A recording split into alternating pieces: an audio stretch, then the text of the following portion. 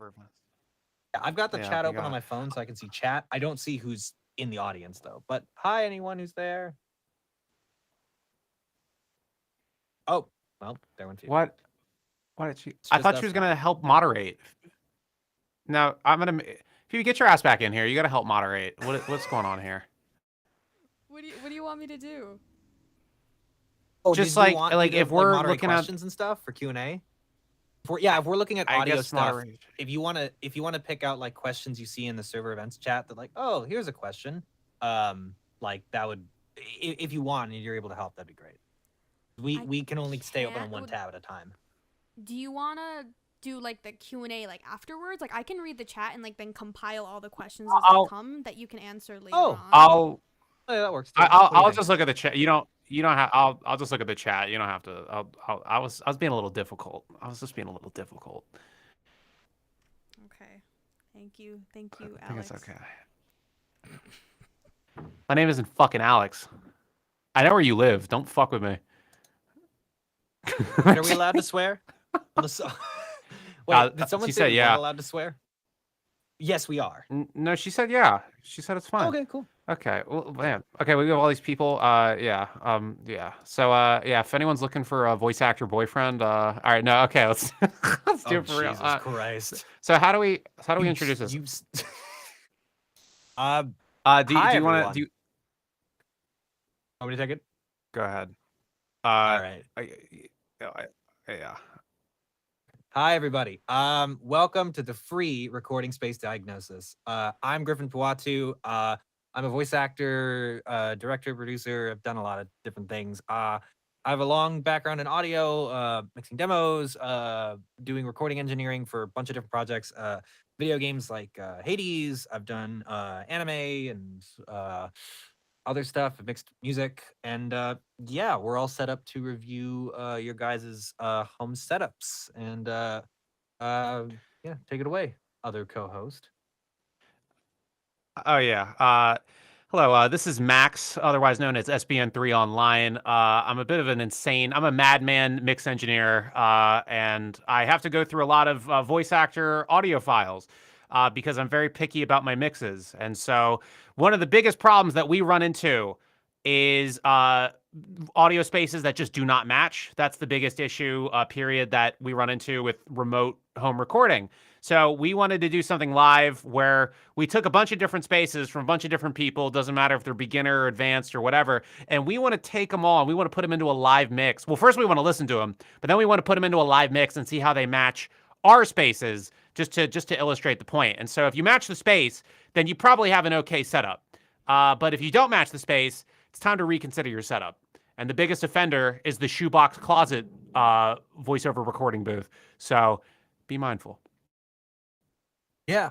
So in order, I guess just kind of giving an overview, I'd say in order of importance of things to have, a great recording space comes first. I don't care. It doesn't matter how expensive a mic you have or audio interface or AD, whatever you got. If you're in a shitty room, it's just not. It's a non-starter. And most people, many voice actors think that if they buy a vocal booth or a studio bricks or whatever, hey, I got a great booth.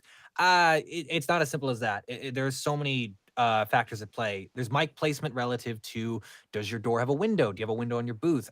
Is your mic close to a monitor, which is then reflecting those frequencies back into the microphone?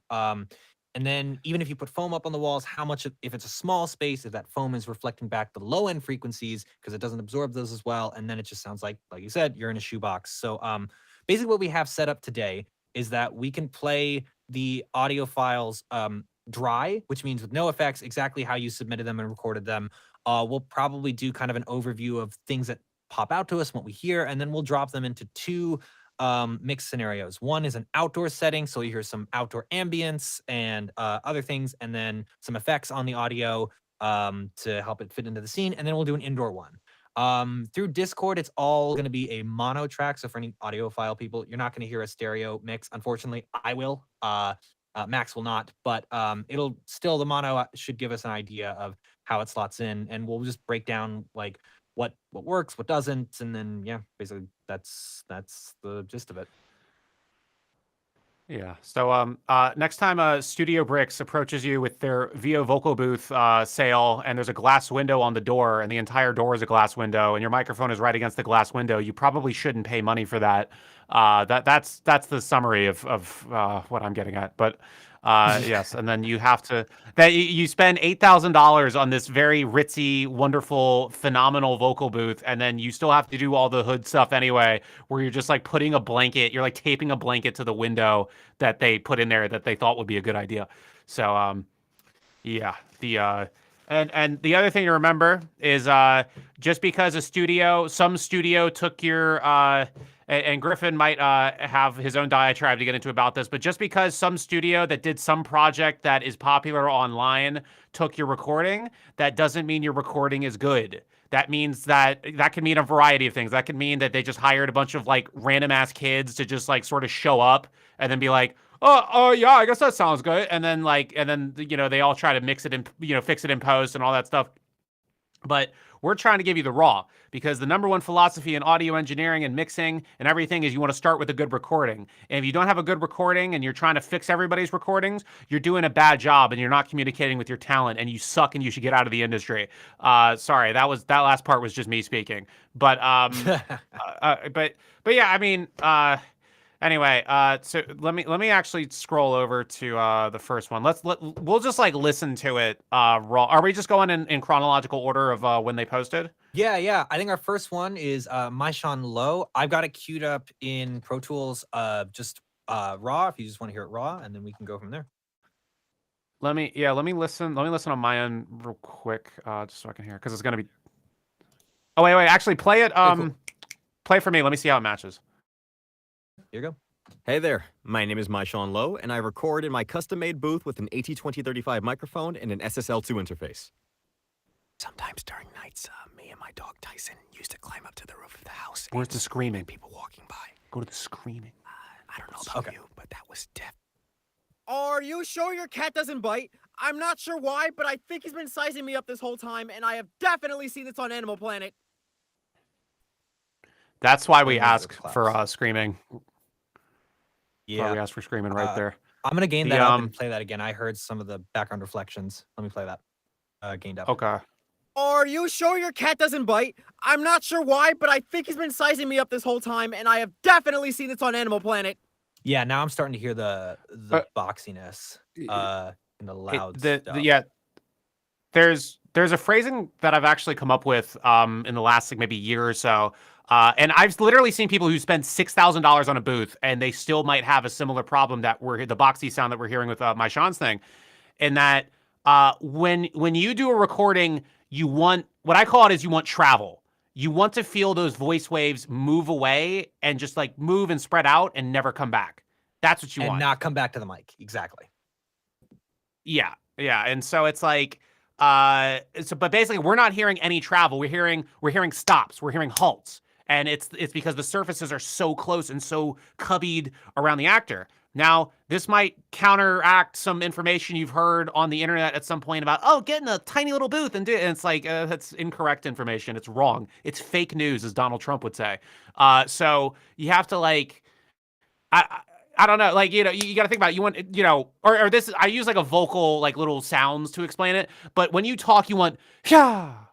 You don't want ha, you don't want the ring. You don't want ha, ha, ha, ha. You want yeah. Think about the most that exaggerated form to know what to listen for. If you literally get a box or some sort of enclosed space, even a freaking bag will work. Put your head in it and kill yourself. Don't do that. I'm kidding. Put your head in it and then go You will hear a cone around your face reflect back. You'll hear your voice reflect back. In a booth that is soundproof, which is it's boxed in. No sound is getting out of it. Obviously some sound will get out, but basically no sound is getting out of it.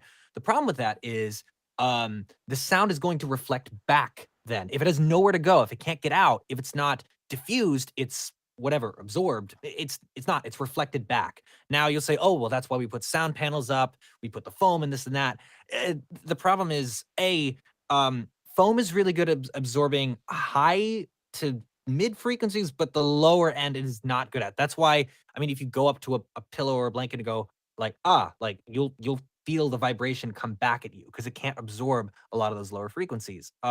Ideally, honestly, what you want is some sort of material that diffuses the sound first and then something to absorb it. It's I mean, really what you want is a space big enough that the room, it just diffuses across the room and then it doesn't reflect back on the mic. And then the room itself is treated with acoustic treatment and everything so that those frequencies we don't want reflected back are absorbed, namely the high frequencies. Those, because literally because they're high frequencies, they will bounce back and immediately. It's why when you're in a church, you hear that high frequency echo back to it.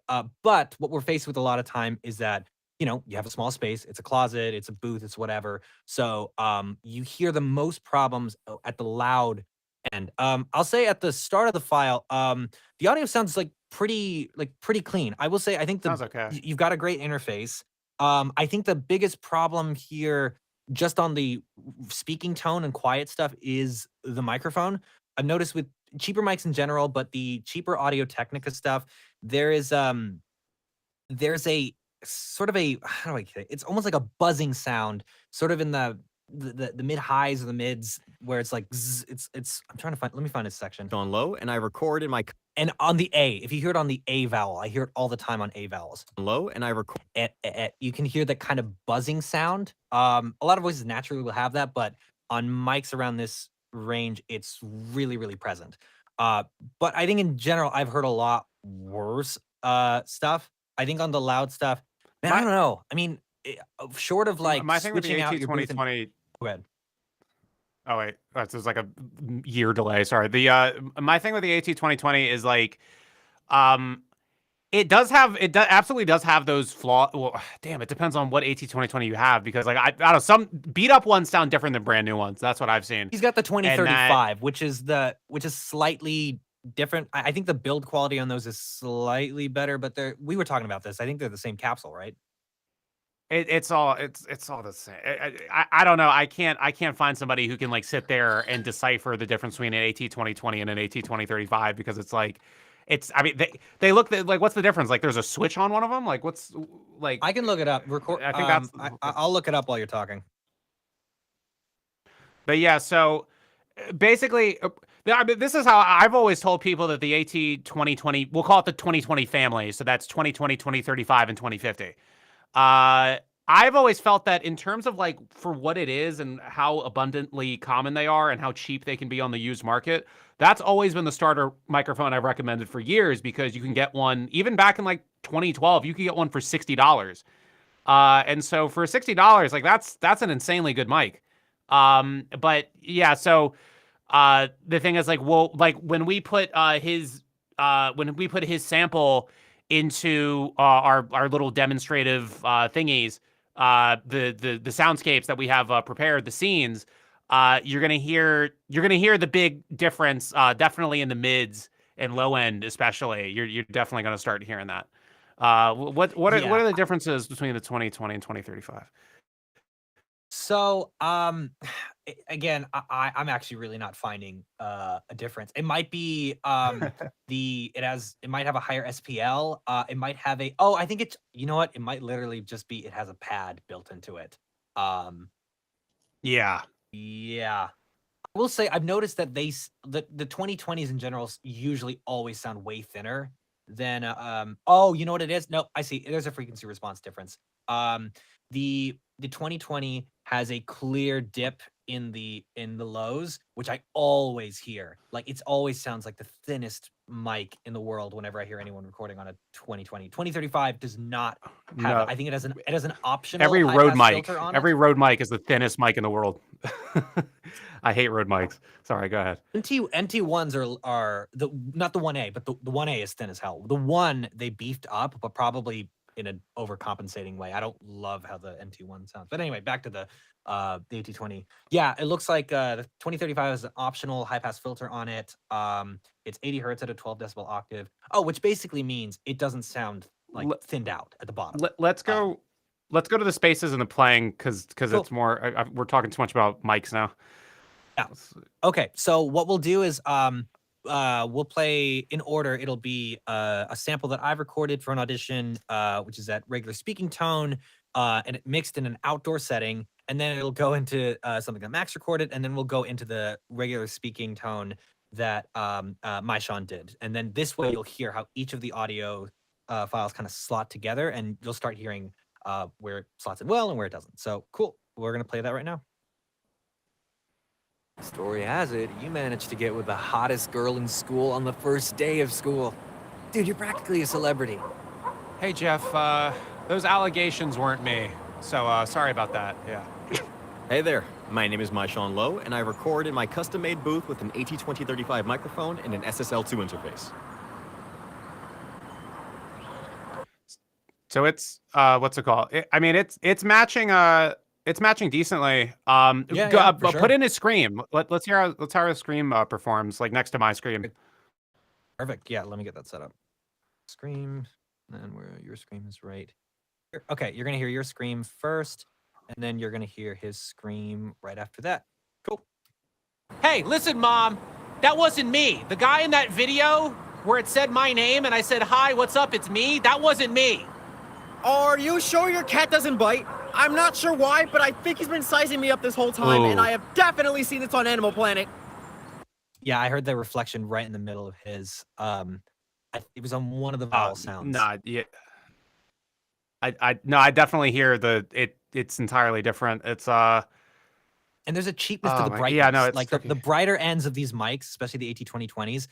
When you start processing through things, that's when you start to hear just the cheapness of like that end of the frequency spectrum. Basically, everything between like probably 2 and 8 is where things get kind of bumpy and problematic. On a lot of these, I just have to end up kind of rolling off or kind of dipping sections here. It's weird because I'm looking at the frequency response for 2035, and it's not disgusting. Like it barely boosts like not even to 3 between 2 and 10. I mean, I'm not even worried about, like, when I do a mix, I'm not even worried about frequency responses like on microphones or anything. Like, so I do this like in terms of like taking like 20 different rooms and putting it into like a scene or anything like this, like what we're doing here. I do this like a lot. This is my entire life. I close my eyes and I see the timeline edit for like all the like dialogue tracks of like, 4 different people talking at once. The problem is, or this is the biggest thing, and this is why it's important that me and Griffin are doing this here, is because you don't know if a recording, you don't know 100% for sure if a recording is going to work until you put it into that system and you put it into that soundscape and you hear it in real time. And so as somebody who deals with oh, it's screwed up, oh, it's not screwed up, the number one thing is like, a mic is like, oh, maybe you could EQ it, maybe you could do this, maybe you could do that. The room is unfixable.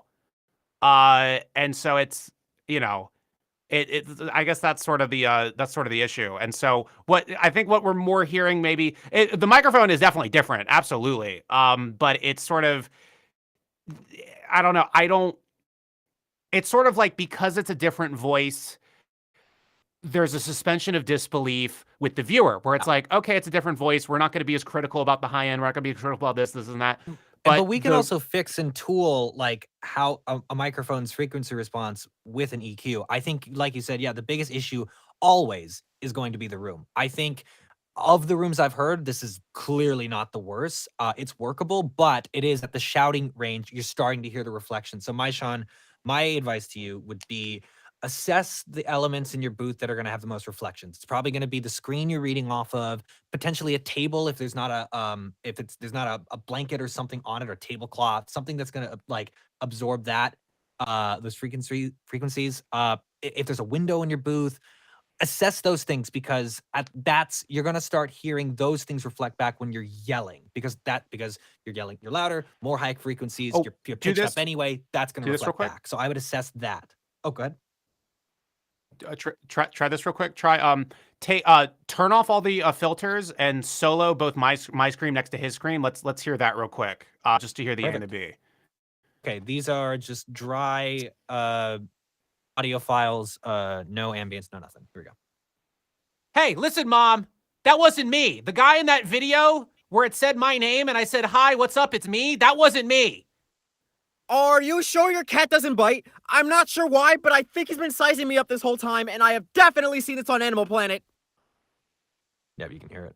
You hear how like it's in a. I see. I don't think there's anything hard or untreated in his space. I think it's just he's surrounded by these blankets, and it's creating this cubby sound. And so I don't it's know. I'm you know, hearing more of a high frequency cone. It's not like a metal like kind of like ringing. It's not a like a kind of a bell tone I'm hearing back. let me But I'm listen. definitely hearing some sort of flat surface that is creating that cone sound. Do you want to hear it again? What? No. I'm gonna listen on what's it called? I'm gonna listen on the Discord thing because to hear like the raw through the computer. Hold on. Yeah, Give me yeah. 1 second. Because if you Hold on.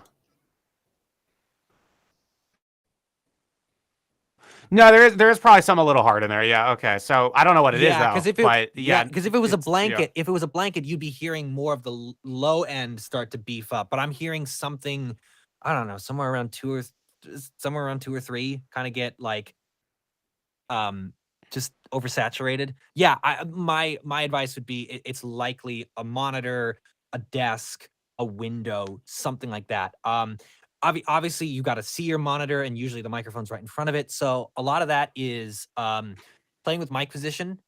If your mic is right in front of you and then directly behind that is the monitor, you're going to get a direct reflection right back into the back of that capsule, which is then going to spill around to the front of it and get sort of a weird sound. I tend to mic off axis.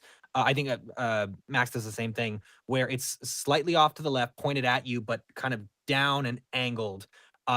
So that and even in smaller booths, I would also say this: Max and I tend to be, if you're going to be in a smaller space, get a pickup pattern that's going to work for you. A cardioid pickup pattern is not great because it's a wider pickup pattern. Hypercardioid. Super or hypercardioid is going to be much more your friend. It's going to get rid of a lot of the side reflections and back reflections as well, much more than a cardioid would. We're big fans of the Neumann KMS 105. It's a more spendy mic. It's like $600 to $800, but it's great. But if you're looking for something cheaper, the mic I'm on right now in my in the control room is the AT875R. It's another Audio Technica. It's $150. Again, there are better things out there, but if you're going cheap, I love this thing. In the price range it's at. But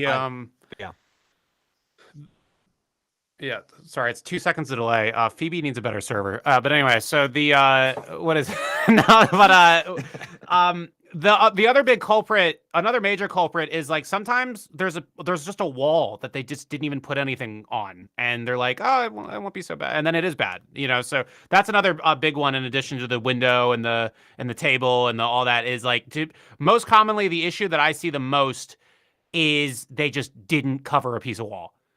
And then it depends on what you're on top covering of that, with too.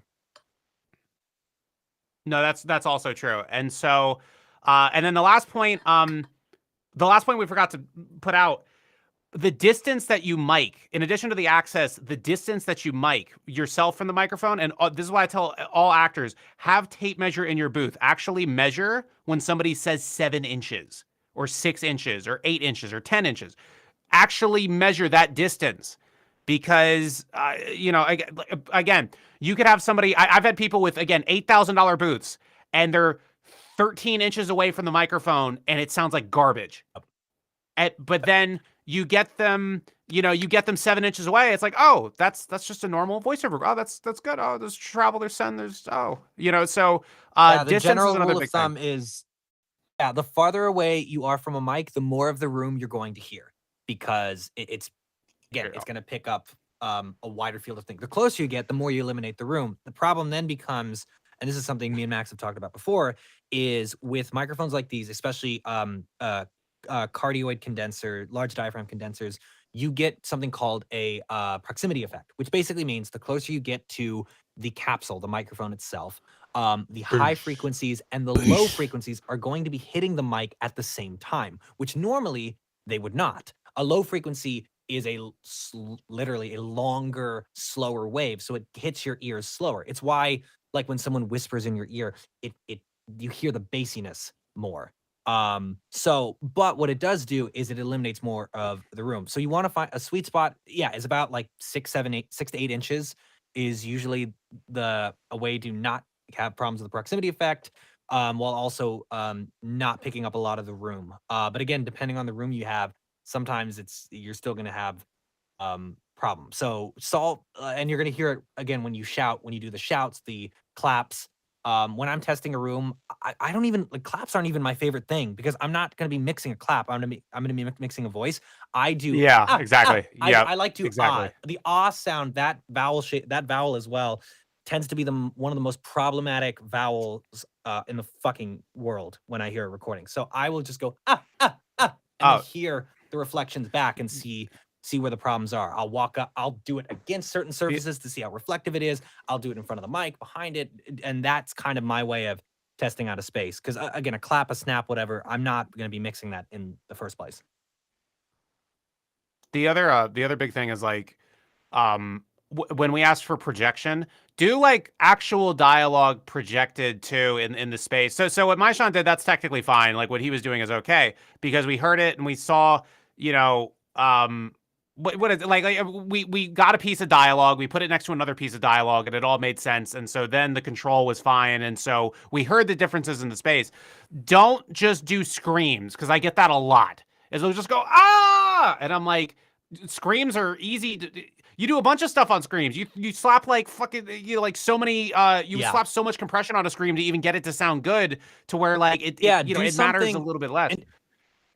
And you need to test a wider range of like sounds, vowels in general. You want do something where like someone's 20 feet away from you and it's like, hey man, what the heck is going on here?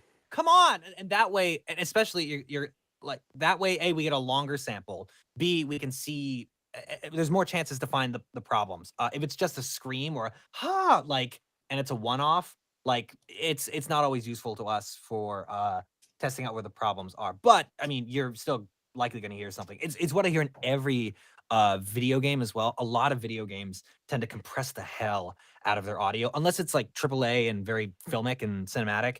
A lot of video games, especially like JRPGs, tend to compress the hell out of their dialogue, and that's where you hear the problems. You'll hear room tone that wasn't properly filtered out. You'll hear the reflections off of whatever, the screen, the music stand, all these other things, and it's just like oof. And having a compressed and like really like beefy compression is not always a bad thing stylistically, but if you've got a bad recording, then it just sounds not great. So but yeah, I think kind of if we want to kind of wrap up with Maishan's and move on to something else, I think in general, like you've got a good interface, stick with it. Microphone might be something you want to look at upgrading in the future. If you need to stay in that price range, I have my recommendation. Max might have a recommendation. If you're looking to beef up, the KMS 105, Neumann KMS 105, we love that mic. It is so great. And then I think it's just assessing what hard surfaces are in your booth, squaring those away, miking the mic in a way that it's not directly reflecting back into the mic.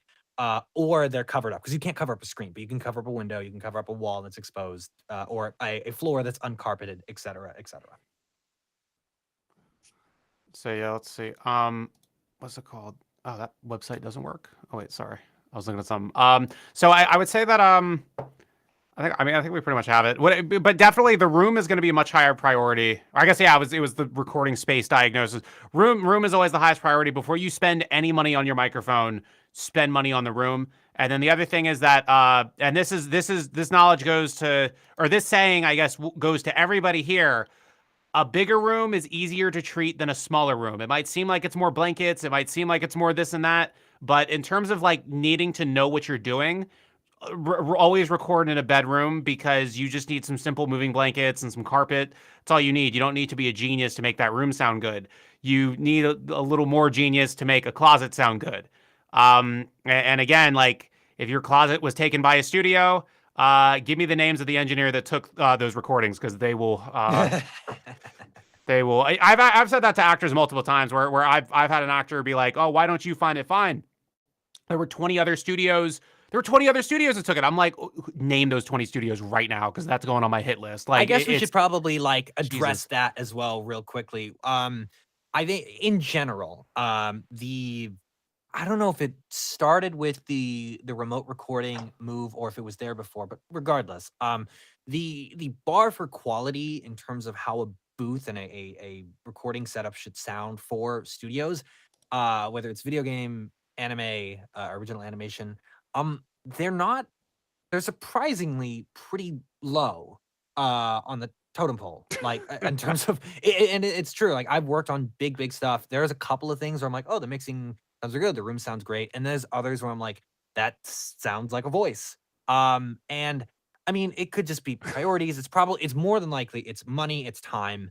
Back in the day, people had time and the money to actually like really suss out audio. Now it goes through a streamlined process. All right, here's our mastering, here's this, pop it off to the editor, they clean it up in RX, yada yada yada. It's basically it's been automized, it's a factory. So a lot of the audio you'll get, it's a crapshoot. And especially now that, you know, people are recording from a bunch of different rooms, now it's all of those problems. Any problem booth has is front and center. And you don't, at the very least, with before that, if you had everyone coming into the same studio, it would be the same problem you're either correcting for or that's it's not. At the very least, your brain can start to tune that out and you'll hear everyone in the same space. Now that we don't have that, well, for us, me and Max, we're really big on like the quality in the audio and making sure like it's really you just want something that's versatile. You want something that you can plug into any kind of project, whether it's commercial, original animation, video game, et cetera, and there's not a lot of hassle and mess. You can just run it through whatever plugins and software and effects you want, and then get the desired style and effect. And yeah, that's basically Let's we can move on to the next one. Oh yeah, we got to give him like spend maybe 5 minutes on a thing because we got to get through all of these. Yeah. Okay. Let's see. So we've got Frankie De Cruz in. He's recording on AKG P420, the Motu M2 interface. Okay. The treatment is a converted bookshelf with acoustic. Motu M2 is a good interface. Yeah, I don't have enough experience with it, so I don't know. I've heard stuff from Motu that is. I have one in a box on my bedroom floor right now because I had to test it for some thing, but I used it. It's a nice little interface. Wait, hold on. Wait, I gotta get back to it. Dude, God, Phoebe's server is terrible. Jesus Christ. All right, hold on. Let's go. Wait, but okay, let me listen. He's got a converted bookshelf with acoustic foam and moving by no treatment behind me. To upgrade. Don't have space to put any more treatment. Cannot use closet. Well, that might limit what we can. Good. Don't use your closet. Don't use your closet. All right. Go ahead. Let me play what we got. Yeah. Frankie De Cruz. A lot of ambient noise. You know, she wouldn't see anything outside of where she's at right now. I'm hearing a good amount of reflections, even just in the regular speaking tone. I think it's going to go into whispers next. I don't think we have yells on this. Yes. Order number 30. There's no... We do. Let me boost it up though. It's pretty low. Here are the yells. Yeah. Order number 30. Ooh, yeah. Number 30. Oh. Number 30. We got a grilled cheese Asiago. Number 30. Number 30. Yeah. Are they doing Are they doing an Indian voice? They're gonna get canceled, dude. No, I don't think they're doing a voice. So there's a lot to get into with this one. Way more with my show. I don't know if you. I'm gonna take it. Yeah, I mean, real off the bat, so that you can go into the bad stuff. I will say the mic and the interface itself. I don't see any problems there. The biggest problems are the room, and then you take it away. Okay, so you got way too much noise going on there. It sounds like there's a computer fan. Sounds like there's air conditioning. Don't want that. Don't want those sounds. If you look at your meter, right? You put your audio clip in your meter, whether it's like Audacity or whether it's like Sony Vegas, which has better default plugins than Pro Tools, or like any of those, right? If the negative, you notice how it counts in negatives, where it's like at the very top it's -1, or at the very top it's 0, and then it counts backwards: -1, -3, -5, -7, negative. You want your noise, and all recordings are going to have that noise. It's just yours is too loud. You want the noise to hit around maybe like, I'd say maybe -55, -60 dB. You want it to be You're real, talking and about the that's real, noise real floor, quiet. right? Yeah, noise floor. Yeah, you want that ambient noise floor because it's inherent in all recordings. It's inherent. You could have the most expensive preamp in the world, It's still gonna have a little bit of that like a little white noise, but your issue isn't white noise. It's not the self noise of the gear. Your issue is the room noise. That's your issue. And so you got to find a way to fix that. You got to, what I say, like a lot of people are like, oh, noise gate, this and that. I say get rid of the noise. Whatever the noise is, block away the noise. Get rid of the noise. Eliminate the problem. Don't put a Band-Aid over the problem. And so, yeah. And then the other, there's a couple of. Oh, sorry. Go ahead. Oh, I was gonna say the other thing. There's no. It sounds like there's no proofing in your room. You need 360 proofing. It can't just be one side. Yeah, exactly. It sounds like you've got proofing in front of you, maybe to the sides, but not behind. That, unfortunately, that's not going to work because those frequencies are still going to travel behind you, and the mic is pointed towards that side of the room, the untreated side. So it's going to pick up whatever's back there. In terms of like eliminating those noise problems, there's a couple things. If you're in an open room, which, as Max said, ideally is great, what you want to do is move far away from the noise sources. If you've got a vent that isn't air conditioning, go to the opposite side of the room, have the mic pointing away from it. When I was in an open room, that's what I did. It allowed me actually to have air conditioning running that didn't add to my noise floor in a crazy way. Because again, I moved the hell away from it and I pointed the mic away from it. It also helped I had carpeting. The vent was on the wall, not the floor. There are other things to consider. Yeah. What other things? Oh, the computer noise. Yeah, you got to get your computer away from the microphone. Have a external monitor feeding into it, but get the computer away. Really, what you need is to isolate the sound. And then again, if you're going to be in a bedroom and you can't put treatment up, whatever it is, then at that point you got to find something to isolate yourself and the frequencies that are going to be spewing out of your mouth when you're voice acting away from the rest of the room. And again, it's like, it's why so many people go into closets or have individual standing booths. I think one booth that I have found that, like, if you could just set up in a room, is if you do a PVC booth with moving blankets. What is nice about moving blankets is that they tend to diffuse the sound but not soundproof. But what that means is you're going to get less of the bad reflections or heavy reflections back, because it's not hitting a hard surface and reflecting back. It's hitting the blanket, going through it, bouncing back. It's not perfect, and it introduces other problems, and it's not as simple as that. But yeah, I mean, honestly, their biggest problem is the room and the additional noise that's adding into the noise floor. You gotta solve that, because again, there's nothing to the mic or the interface I can say. Like, those both are perfectly like serviceable and really good microphones and interfaces. It's the room. The room's the biggest problem. Plug it into the outside one, and just a regular speaking to show them how a different tones is like not going to actually fit with other mics. I think especially with the outdoor ones, because that's the hardest one to sort of fit. Cool. Let me stack. Okay, so we'll play our 2 samples first, and then into Frankie's. Story Let me turn the ambience on. Here we go. Story has it, you managed to get with the hottest girl in school on the first day of school. Dude, you're practically a celebrity. Hey, Jeff, those allegations weren't me, so sorry about that. Yeah. You know, she wouldn't see anything outside of where she's at right now. Yep, you can hear it. That's in a different universe. Yeah. A different universe. The parents are talking in the other room. It's a whole different universe. Yeah, or you're like you're up against a window, whatever it is. The point being is, when we run it through compressors and EQ, all of those problem parts of the audio get blown up and accentuated. So yeah, this is where the rubber meets the road. Is where we find the problems. So yeah, I would say I think it's time to go to move on to the next one. Yeah, I don't think we can't beat up on people too long. No. I'll quickly wrap up. If in the immediate future, if you can find a more isolated room, do that. If the noise is what it is, I mean, I wouldn't even recommend noise reducers or anything like that if you don't know what you're doing and you can't run it live. And even then, you're degrading the audio with every bit of noise fix you do in post or even with a live effect. So yeah, fix the room. But I think that's it. We'll move on though to Nick Valentine. Let me get his audio queued up.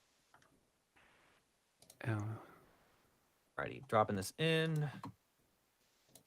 Okay. Okay, his audio is What the hell? soft. Yeah, ooh, okay. I'm gonna boost it a little bit. Listen to it. Yeah. Here we go. Yo, this one's insane. Hold up. And I was wondering how you were doing. Yes, indeed. My name is... Oh, what is my name again? I kind of forgot. Oh boy, Max, calm down. All right, yeah, bro, you're in like the freezer at Wendy's, bro. What is going on? Oh my god. Yeah, we got a lot of okay. AT2020 XLR. Well, we've already talked about how much we love that microphone. Oh, Behringer. I don't mind the UM2. microphone. I don't mind. Whoa. It's that. Oh, yeah, that one sucks. Interface. I hate Behringer. That okay. Anything Behringer is you're dealing with the cheap of the cheap. Yeah, their ADs are terrible. Their interfaces are not. But I just don't distract him by talking about the mic and the. Yeah, there's no fucking way. He's lying. He is a liar. That man is a liar. He is lying to us. On. There is no way that is that is the worst PVC booth I've ever heard. What is my name again? Sounds like what's crazy to me is like, okay, I know the Behringer is I know I don't want to I want to focus on the room, but like the self noise or the noise floor is so ridiculously high, and like I don't know, like the AT2020 and the Behringer, like I mean the Euphoria is not great, but it's not this bad. It sounds almost like I don't know. I think there might be a USB hardware issue as well. Windows either boosting something in post or not. But yeah, I don't know what your booth is, but a PVC booth with moving blankets, you might be right up against a wall and with your booth, and so it doesn't matter that you have a PVC booth with moving blankets. It's going to reflect that wall right back through the blankets. This is what it sounds like to me. Is that it's like a half-ass PVC booth with like only two sides covered, and he's in like a hardwood room. I kind of forgot. Yeah, like he's a hardwood floor closet, and then it's like a partially covered PVC booth, and he's also too far away from the mic, or he's talking into the wrong side of the microphone. I guarantee you, it's one of those. Okay, I've been diagnosed. Mic placement's a big thing. Yeah, mic placement's a problem. I mean, like I don't think we need to go into details here because the problems are not detail oriented. It's just whatever's going on with your room, it's a problem. It needs to be fixed top to bottom. You either need to, I mean, oh God, I don't know. I mean, redo the room. If you're uncarpeted, carpet it. If you're right against the wall, get away from that wall or put something up against that wall that's that like acoustic foam on the wall that your booth is against. I don't believe that's a PVC. Wait, play it again. Please play it again. Play it again. There's no way. Yes, indeed. My name is... How is that a PVC booth? There is no fucking way that is a PVC. What is that? It is, potentially it's just okay. It's potentially just a box that he's putting his head in. Like that's the only way I can even wrap my head around it. Sounding that, like that, or whatever blankets are on it are clearly. I don't know if they're. He said moving blankets. Yeah, I don't, dude. I can't know. Going blind. Put it into the session. Put it into the session and just do the A and B. I just want to hear. I just want to hear. Okay. Alrighty. Okay. I'll go in from yours. Hey Jeff, those allegations weren't me, so sorry about that. Yeah. Yes, indeed. My name is... What is my name again? Jesus, I can't forget. I mean, that reminds me. No, this is what it reminds me of. All the videos back in like 2012 where it was like guys and their microphones would be okay, and then they would scrap to find a girl voice actor. And everybody sounds normal, and then it's like, "Hey guys, I'm a girl." Like that was that like flashback for me. All those web projects back in the day, dude. That was insane. Oh my god. Yeah, Nick, I don't know. I mean, I do know what to tell you. It's the room. I mean, the interface is doing you no favors. The mic's not ideal, but even with those things in mind, like the room it's atrocious. You gotta figure it out. Anything other than what you're doing or an open room. Also, Let's go ahead. Oh no, Griffin is a lot nicer about this than I am because I like really dug through the fucking trenches of this because I was the guy that made a bunch of how to be an online voice actor videos because I dealt with so many people doing this, and so like I just get war flashbacks to all the shit I had to deal with, and so that's why I'm a lot harsher than he is. I will say this: I am less harsh on people who are aspiring and beginner and just starting out because it's like, hey, you're just starting out. I am certainly more when Max and I have conversations about like professional audio that sounds like shit. That's where I get a lot more pissed off. I'm like, okay, you get paid for this. You apparently went to school for this. What the fuck? Like you guys, I'll be honest and upfront, but like no, like I mean you know, we're all learning here, and it's a lot to get through. But yeah, that sample was problematic, and we already explained what's wrong with it. I think we should move on to Sharon Grunwald. I hope I didn't botch the umlauts, but I probably did, Sharon. So sorry. Okay, we've got a Rode NT1 wait. XLR. Wait, who's the next? Good. Sharon. Wait, who's the next person? Wait. Sharon Grunwald, unless I scrolled too far down. Which I don't... Sharon's next. Grunwald, like in Recess, in Disney Recess. What was that guy Grunwald? Oh, all right, I don't know. Go ahead. Let's give it a play. Sorry. Yeah, let me just run through. It's a Rode NT1 XLR, Focusrite Scarlett Solo. Okay. Converted closet, 1 instrument title and 3 soft. Okay. Noise floor is -68 software. Okay, cool. Let's just play it. Here we go. The first stuff's pretty soft. Put your social security number there too. All right, here we go. Playing. Hi, I'm Sharon Grunwald. My booth is a closet conversion, and I've used an assortment of acoustic treatments, including foam tile, felt tile, and soft fabric draperies.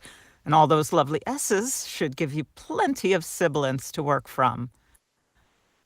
I record with a Rode NT1 on a Focusrite Scarlett Solo interface with the gain set between 12 and 1 o'clock position, and the little button for the air feature is turned on.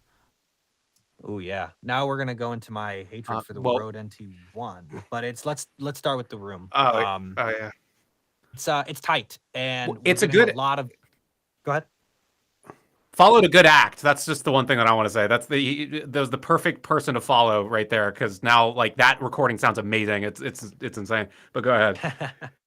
No, I would say the biggest thing is like your microphone interface are what they are. I'll get into them real quick, but room-wise, you're in a very tight space, and all of those low-end reflections, because you've treated it with the foam and everything else, they're coming directly back into that microphone, and it's the most problematic, especially on the Rode NT1. I used to have this mic. It is a beefcake, is what I call it. I don't know what they did to the low end, but it is so like present and almost just in an ugly, unflattering way. And it sounds like you're pretty close to it. So we're getting the proximity effect. We're getting all of your mouth noises and stuff, which can be cleaned, but we're also getting all of the reflections back and everything. So, my thing with Rode, there's like a year of delay on this shit, but my thing with Rode, they do have that boost that you're talking about. It's like an artificial boost, but it's like they all feel thin even with that. That's what I hate about Rode mics. And so it's like, it still feels like there's something lacking in your lower mids. I hate Rode microphone. Like I tried like $500, like $800 Rode mics. They all had that problem. There is one Rode mic that is any good, but it's not in production anymore. It was the Rode NT2. Yes, and it was the literal clone of the Neumann U87. It doesn't sound exactly the same, but the cap, like the body, not the capsule, but the body looks exactly the same. You can't find it anymore because I believe they were sued. I don't know if they were sued or there was allegations of suits, but whatever the point being is, they don't make it anymore. You can only get the NT2A, the NT1A, the NT1, so on and so forth. And they're honestly not my favorite. Like I don't know what it is about those mics and how they build them, but they always just sound thin, flat, uninteresting, and they do not accentuate anybody's voice ever. But even if you were working with the NT1, of all the mics in that category, it's one of the least problematic. The problem is every other problem with your booth and your setup is showcasing the Rode NT1's biggest problem, which is it's just really ugly low end and low mids. So I would either move back from the mic, try and position it to where the walls are not reflecting directly back into it, or get a dynamic mic, get a super cardioid response, get something that's going to work better in a smaller space. Well, I can't. It's the recording space, so I can't, or it's the recording space stream, so I can't tell them to get it. I don't. No, you're right. What I hear with the room is it sounds like there's hard surfaces in the room. That's what I'm hearing. I don't know, but I guess play it again. Let's see. Cool. Hi, I'm Sharon Grunwald. My booth is a closet conversion, and I've used an assortment of acoustic treatments, including foam tile, felt tile. There's a hard surface, but what it is, Don't lie, it's Sharon. still it has it has treatment on it, but so I'm not getting high frequencies reflected back, but I am getting muted high and mid frequencies. So it's still reflecting back. It doesn't matter. In that small of a space, you're gonna get stuff reflected back, no matter how well you treat it and diffuse it and all that. The smaller the space, the more problems you're gonna get. And again, you're right. This is the recording space diagnosis. So like I would get a space with more room to let the sound breathe and you to breathe. I would imagine. If you can open up the booth, if it's a walk-in closet, great. If it's a regular closet, oof. I mean, I can't fix that space. All I can do is like tell you to get a mic that would be less problematic in that space. But again, like you said, this is the recording space diagnosis. So yeah, there was something I was going to add to that shit. Well, what I would say is that this is the other thing is like we're doing a very this is the fun that I get with it is when Phoebe was setting up the space, I told Phoebe, don't tell us the mic and don't tell us the interface, don't tell us anything, just let us hear. That was sort of because that's what I have to do all the time is I'm just giving some shit and I have to like diagnose with my ears. And so I got good with figuring that out. Like, so like you read all the specs. I don't even read the specs. I don't give a shit. But it's sort of, cause it's like at the end of the day, it's, I ask for the specs once it's like, okay, is there a problem? Because it's, but so what I would say is that, oh my God, with that recording space stuff, yeah, it's just get it bigger. Like Griffin's saying, it's, you gotta open it up. And this is the other thing with when I'm saying don't lie and I say stuff like that, it's because where we might say something, I can't tell you how many times I've been told something about an actor's space and then they send a 360 video of the space and I'm like, what is that and that you didn't point out to me over the email? So that's another big thing is like you'd be surprised how often actors think they know it's like all good and then it's like there's a glaring problem that they're not seeing because they just don't do it. So that's another element of trickery to us doing this. But go ahead. Yeah. Actually, knowing that going forward, I won't read out the specs. I might mention them after we diagnose the problem. But yeah, no, that's a good point. No, I mean, again, I think just space wise, I think we've laid it out.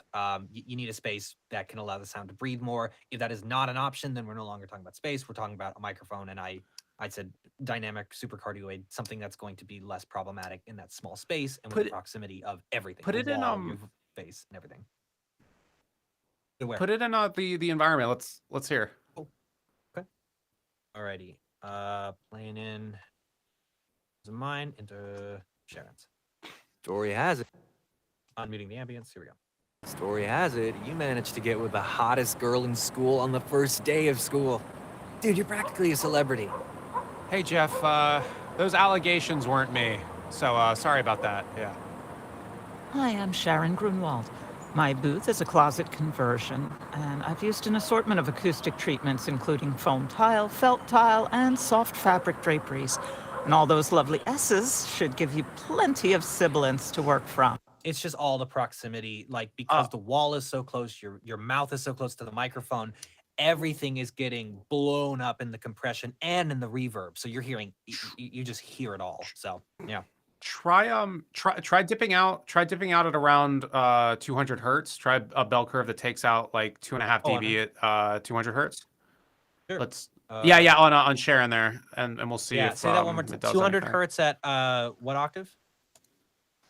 Oh no, not no, don't, just a bell curve. You don't, because we already have high pass on the track. So just a bell curve at around 200 hertz.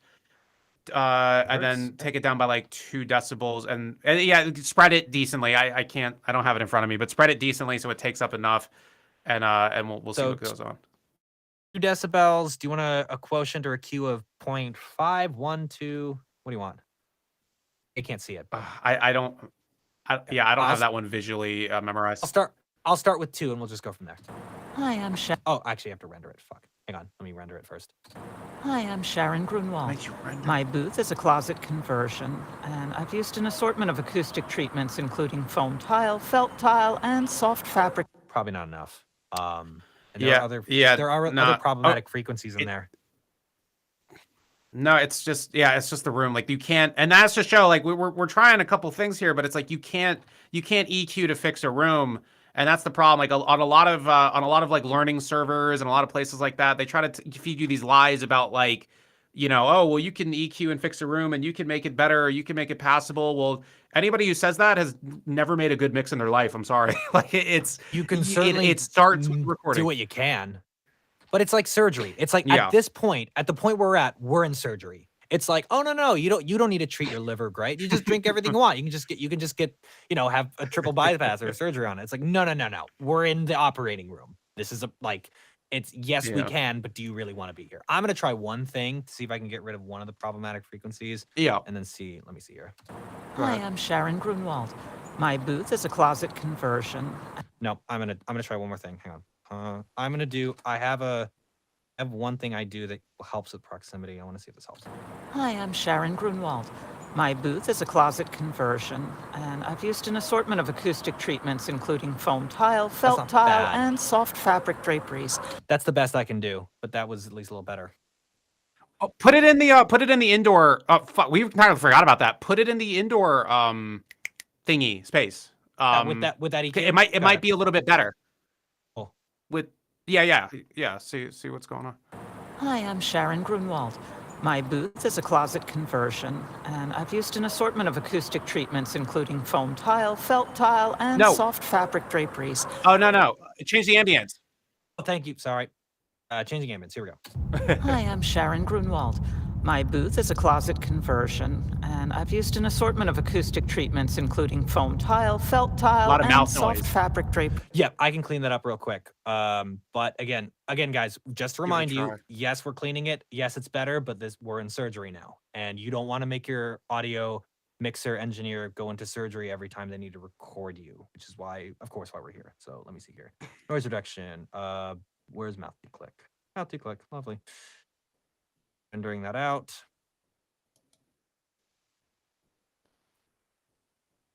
Okay, playing back. Hi, I'm Sharon Grunwald.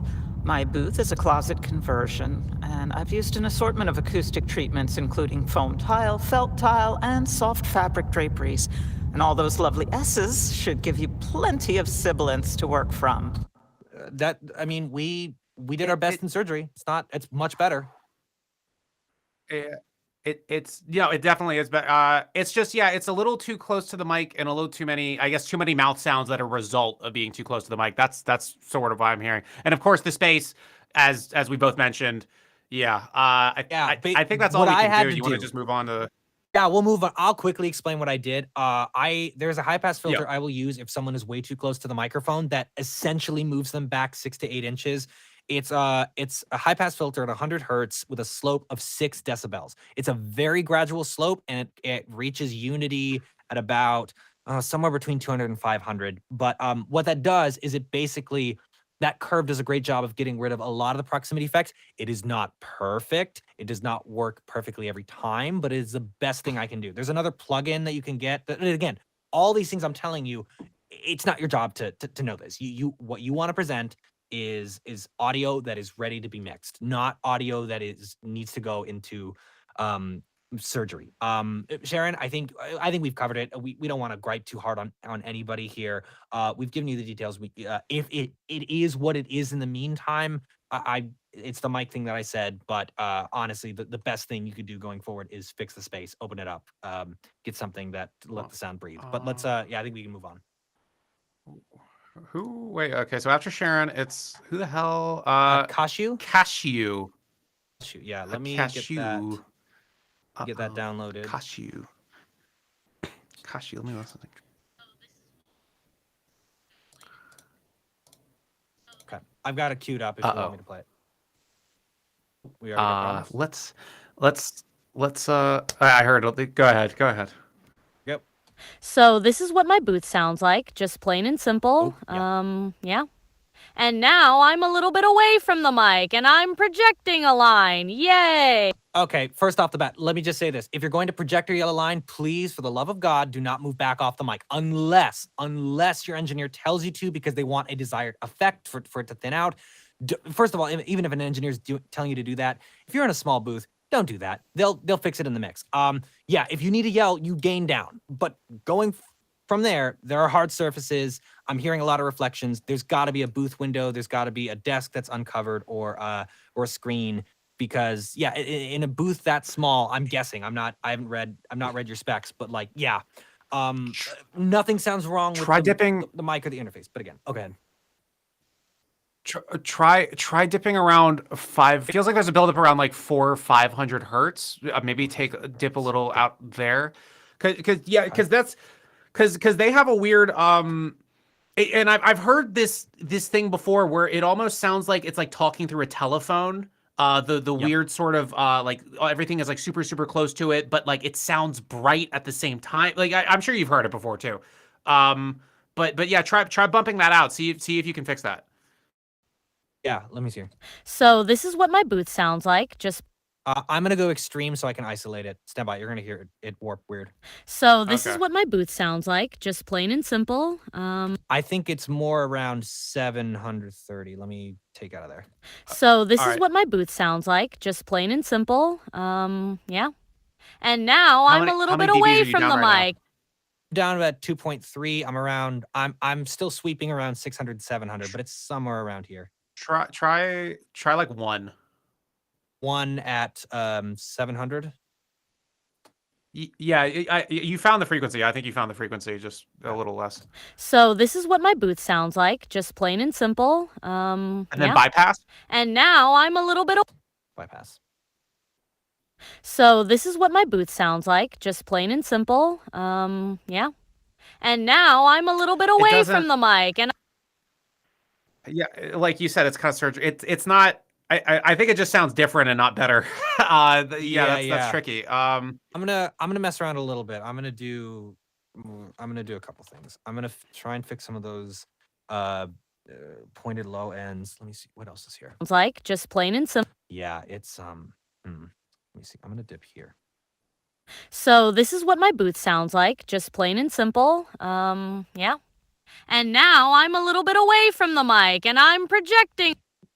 So this is what my booth sounds like, just plain and simple. Yeah. And now I'm a little bit. Yeah, there's something up in the 10K range, like some sort of ringing sound. But throw it in the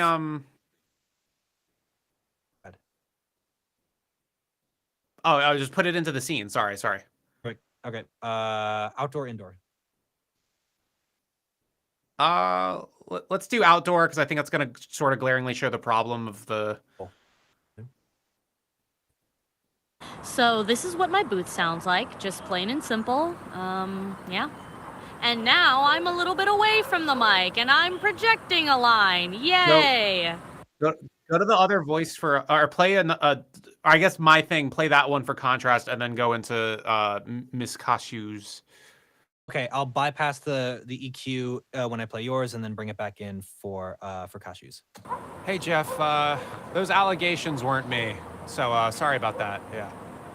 So this is what my booth sounds like, just plain and simple. Yeah.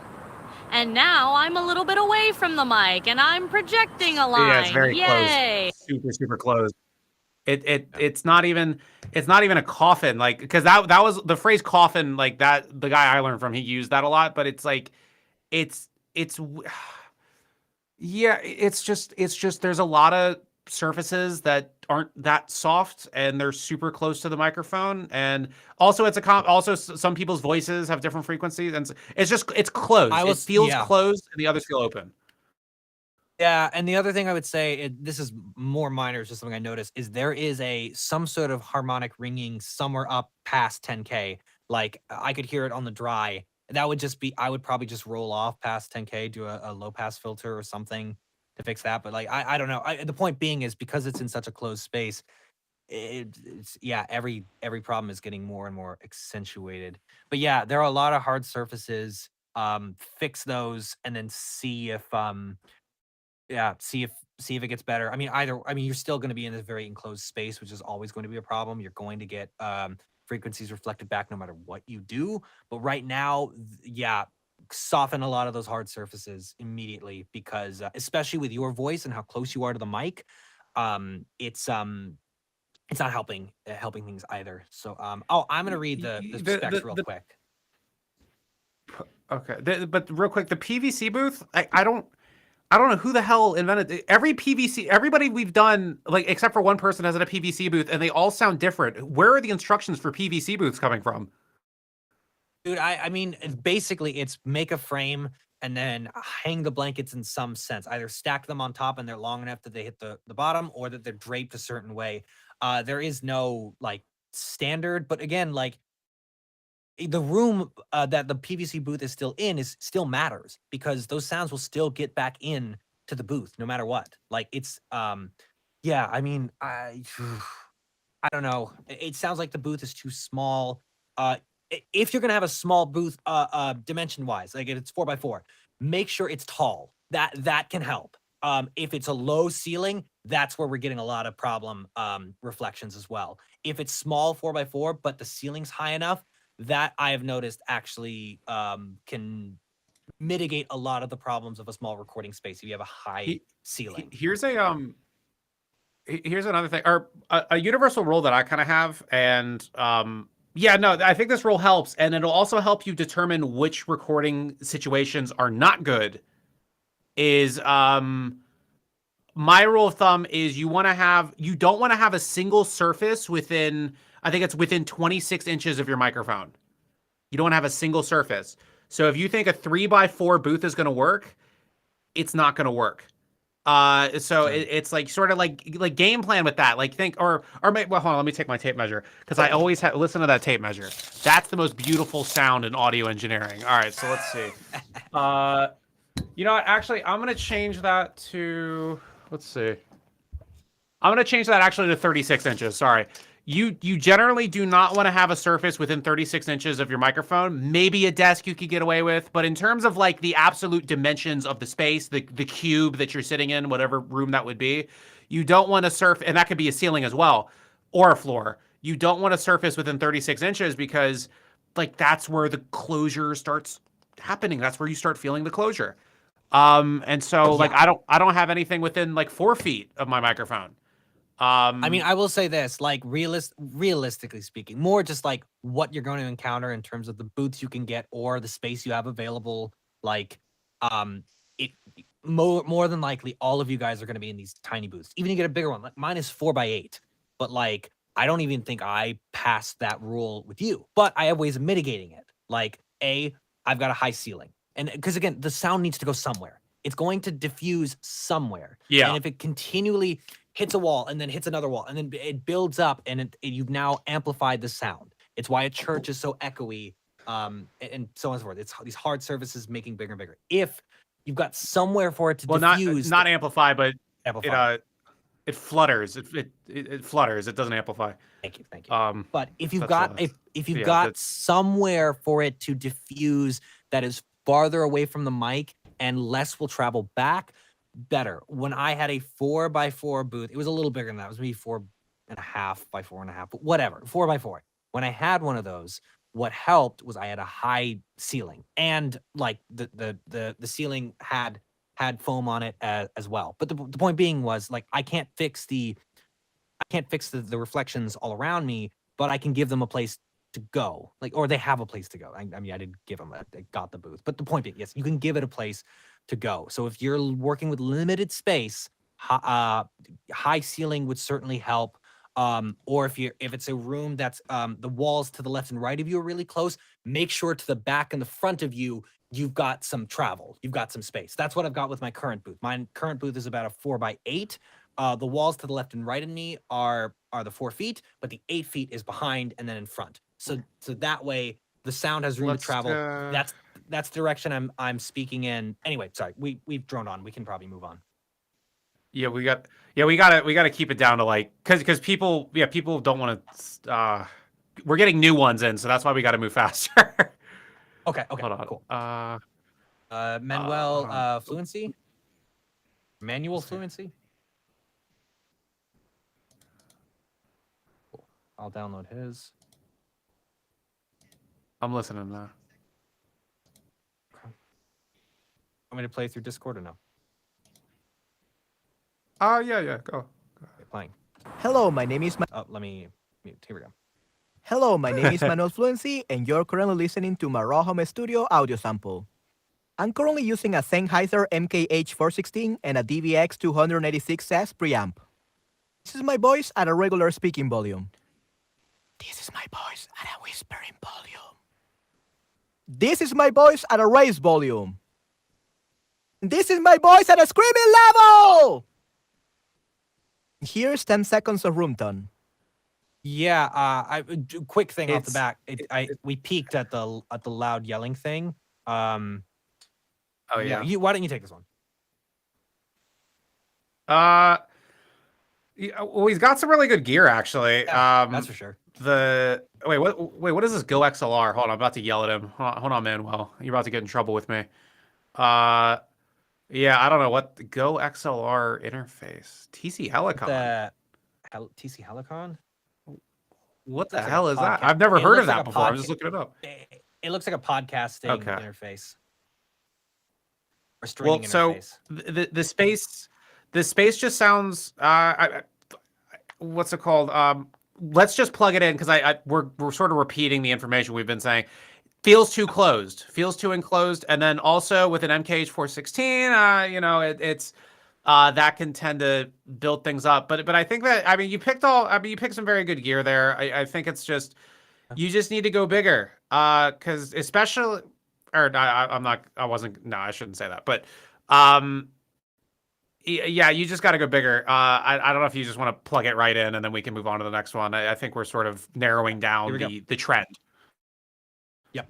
Story has it, you managed to get with the hottest girl in school on the first day of school. Dude, you're practically a celebrity. Hey, Jeff, those allegations weren't me. So, sorry about that. Yeah. Hello, my name is Manuel Fluency, and you're currently listening to my raw home studio audio sample. I'm currently using a Sennheiser MKH416 and a if this guy gets a lot of commercial work, what he has in terms of commercial is absolutely fine. And I just want to reaffirm, like, we might sound picky in certain areas. Like, a commercial is more forgiving. What he has would probably be fine. Like, if I was working with a commercial guy and I just needed a quick voice, so much stuff is going to get slapped on that. And there's going to be so much music behind it to where I'm not going to care. We're talking about for character voiceover in terms of fitting into a soundscape. And so, as Griffin probably hears as well, it's a little closed. It feels a little, and we have two, and not to say that everybody has to have our space.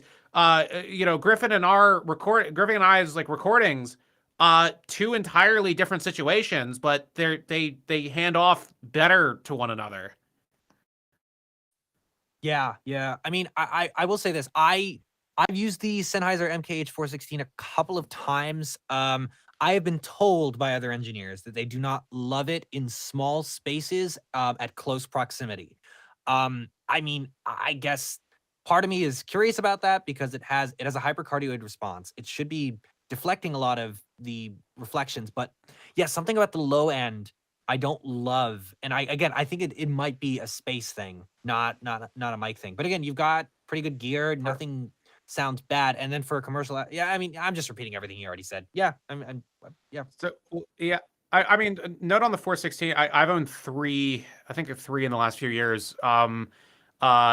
Great Foley microphones, by the way. But yeah, that's the industry standard film, like on set recording microphone. I know who the hell the industry was standard commercial voiceover mic as well. Commercial people love that mic. I think there are alternatives that are just as good, if not better, but it is the standard. So like the TLM 103 87 is the standard. So I guess they like it. I guess my theory for why the commercial guys like it is because it was a mic that was designed to be present from like over a foot away, and then when you put it super close, it's almost like it almost operates as an exciter when you get it at a distance it wasn't supposed to be at. I think that's why they like it. That's a great way to put it.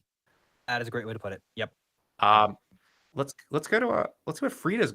What's going on with Frida? Frida? Cool. What's going on with I'm gonna play Frida's now. Here we go. This is a slippery snake pretending to be a human standing right in front of the microphone. Slither, slither. Hello there! What are you doing? Come back here, please! Projection! Okay. Yeah, reflections Frida, are really you're bad. trapped in a phone booth. Yeah, it's not treated. And then you definitely took a step back when you were doing the projected stuff. We gained down, but that's not even the problem here. The problem is the space. I mean, I think we would just be, what's the current setup? Your closet, which is 2.5 feet by 6 feet. Yeah, that'll do it. It doesn't sound like it's treated or treated very well. Hang on, pop filter and some foam panels. 2.5. Yeah, that's a tight fit. That is no room at the side. I can't fit my body in 2.5. Wait, hold on. I'm not fat though. Wait, hold on. I might have outed myself.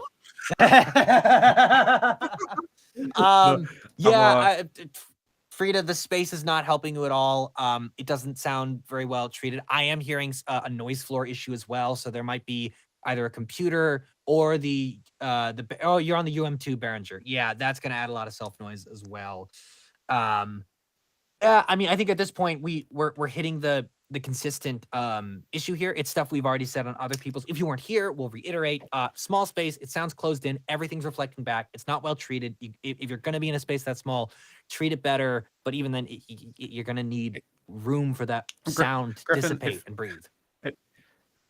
If you could give me a flashback to 2007 YouTube, or no, 2009 YouTube, if you could put that into the thing, and then we hear the dialogue back and forth. I want everyone to hear exactly, because now we have a female voice. I want everybody to hear exactly what 2009 parody YouTube was. Just go ahead and play it. It's exactly like this. From our I got it. Here we go. Story has it, you managed to get with the hottest girl in school on the first day of school. Dude, you're practically a celebrity. Hey, Jeff, those allegations weren't me, so sorry about that. Yeah. This is a slippery snake pretending to be a human standing right Every in front fucking of video. the microphone. Every video on 2009 YouTube. Because the girl wouldn't spend money. The girls never spent money on microphones. They had like those trash microphones, but they kept getting hired because there was only like 3 girls on the internet back then. And so now it's like, This is sort of, I'm not even talking about spaces, but bro, there was, genuinely, in terms of girls voice acting, there were literally maybe 10 back in 2009. I'm not even exaggerating, dude. It was literally 10 girls. It was Kira Buckland, Corinne Sudberg, and then the rest. It was like, there were no fucking girls on the internet back then, bro. I'm not even, no cap whatsoever. Let's go on to the next one. Far too young and beautiful to remember, but yeah, we'll move on. Let's go on to the next one. See, I'm miserable. I'm a miserable guy, if you couldn't tell. Wait, hold on. Okay, I gotta boost this one up because it's a little low. I'm already starting to see the noise floor, but playing UV's raw audio. Hello, good day. I'm UV, and this is my normal speaking volume. Now vocal projection. Hey, yo. Let's go. That is so sick. That wasn't projection! That's not projection! Sorry. Boy. I'm flashing back to one of your videos where it's the fake yelling, oh my God, what's going on? It's like, yeah, we need you to yell, which means you need to turn your gain down and just be like, yo, what the fuck? You got to go that big. Why did I choose the curse word? I know we're allowed to curse, but I could have said anything else. But yeah, no, you got to yell, because if it's not actually yelling and big, the sound's not traveling, it's not showing the problems. For what you're set up with, not terrible. There's plenty of self noise there.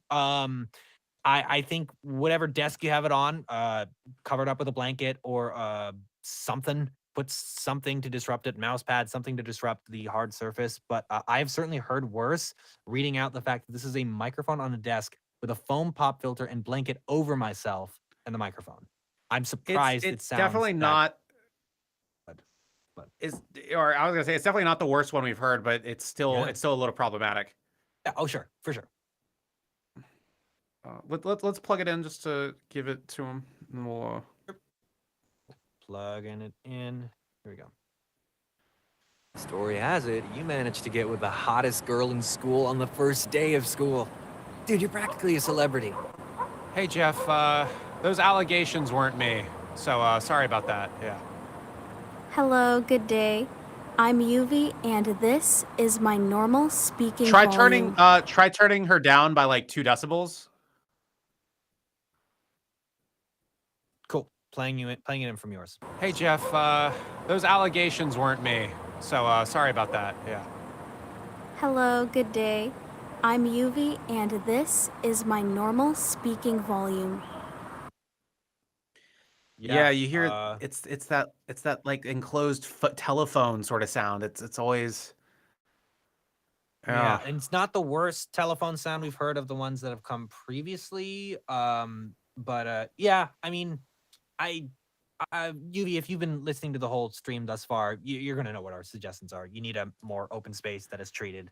The gear's not ideal, but again, I wouldn't spend a dime on gear until you get a proper recording space. But surprisingly, it's not the worst thing I've heard given all of the variables that your setup currently has. So there's that. So let's go to Good all right. Universe. Now we have Mr. Good Universe. Yeah. Cool. All right, loading that into Pro Tools right now and playing the raw. Here we go. Are you sure that's the right shoe shine? Well, I'm just saying that my shoes are a bit silly when it comes to shining it. It requires a special type of shoe shine so that it shines and shimmers in the sun. Hey, Hey! I said, do you think you can pass that soda can to me? I want to see the price of it, but I don't want to walk over there. Don't ask why. Okay. It's not terrible. That's definitely one of the better ones we've heard. The one note I want to maintain is like, okay, everybody's hearing it like through the Discord filter and all that, and they're also hearing it in mono. In stereo with full 20/20 response, like actually like on a real, hearing it through a real system, these differences are going to be much more evident. So a big part of like learning audio and getting better at audio is having proper audio, reproduction. But I don't know if there's any comments that you have on it because you're hearing it. You're the only one who's hearing it for real right now. So I don't know if you have additional comments. My thing is like, given what we've heard, it's not the worst, but I'm hearing the room. I'm hearing the wetness come back. It's muted, but once I run it through compressors and other reverb, it's going to come back into the mix. It's not like a wall that's directly close to you, but it is an untreated room behind the blanket, echoing out through all of it. And I can definitely hear it. I mean, you've already said you've got plans to upgrade to something else. I don't like MXL microphones, but again, this is not a microphone stream, so I won't spend time talking about that. The interface is fine. M-Track 2x2 is fine. Yeah, it's just I would say the room outside of your recording setup needs to be treated. Once you do that, then the current thing you have currently is going to sound way, way, way better. And then it's just a matter of upgrading the other things. Yeah, that's about it. All I got to say. Let's go to who's the next guy? Let's go to Mr. Sweet. Let's go to Sweet JT. Sorry. Cool. What is this? In a good pace. Okay. I see. What's it called? Let's see. Make sure I'm dragging the wrong one. Oh, it's a stereo track. That's fine. I'll just delete one of the sides. Cool. Alrighty. Audio diagnosis for Sweet JT playing. Hello, everyone. I'm Sweet JT, and I'm recording on the AT2020 microphone with the Moto M2 audio interface. In this year's Oklahoma Bedlam game, the Oklahoma Sooners defeated the Oklahoma State Cowboys 28-13. Good evening, everybody, and welcome back to RSU Esports. Tonight, your RSU Hillcats blue team will be facing off against the Eastern Kentucky Maroon in the first week of the NECC Rocket League playoffs. We got some claps. Let me hold on. Let me listen on my end real quick. I just gotta hear something.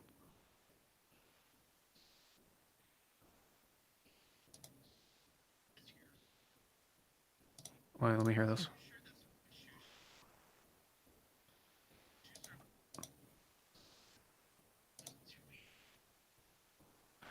This is the best one we've had so far. I don't hate it. Again, here's the thing. The one difference that you and I do have is you like a tiny bit of wetness on your recordings, like a little bit of the room in there. It's not even that bad on this one or even the previous one. But for me, I'm so averse to any wetness on like a VO track that like I go, no, that shouldn't be there. But no, I mean, objectively speaking, you're right. This is not bad. Let's plug it in. He's earned the right to be plugged into the scene. Let's go to the indoor one. We're doing the outdoor one too much.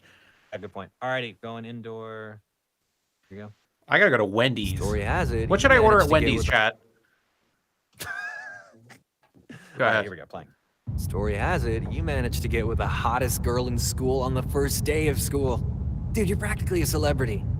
Hey, Jeff, those allegations weren't me. So, sorry about that. Yeah. Hello, everyone. I'm SweetJT, and I'm recording on the AT2020 microphone with the Moto M2 audio interface. Yeah, not bad. And this year, give him a low shelf. Give him a low shelf.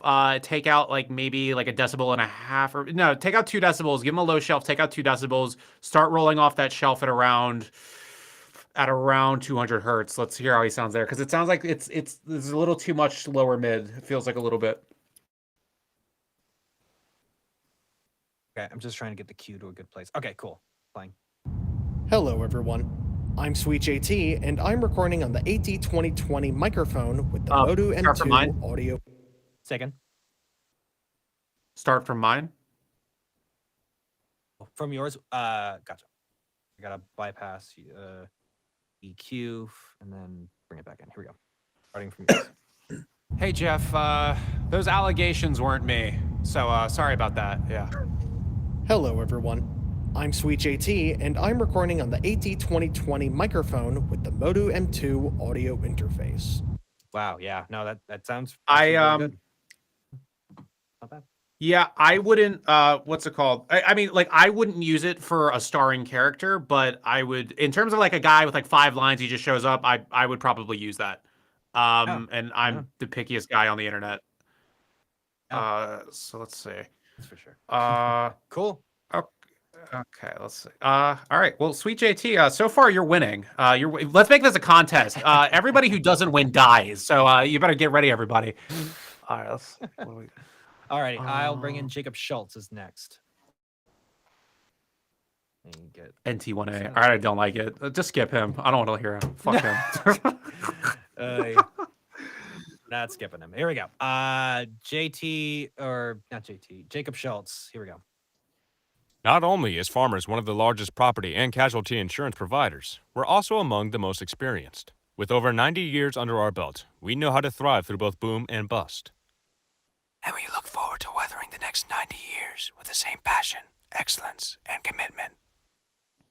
Farmers, we know a thing or two because we've seen a thing or two. The space doesn't sound terrible. Wait, yeah, I'm trying to hear on my end real quick. Hold on. Go for it. Oh, there.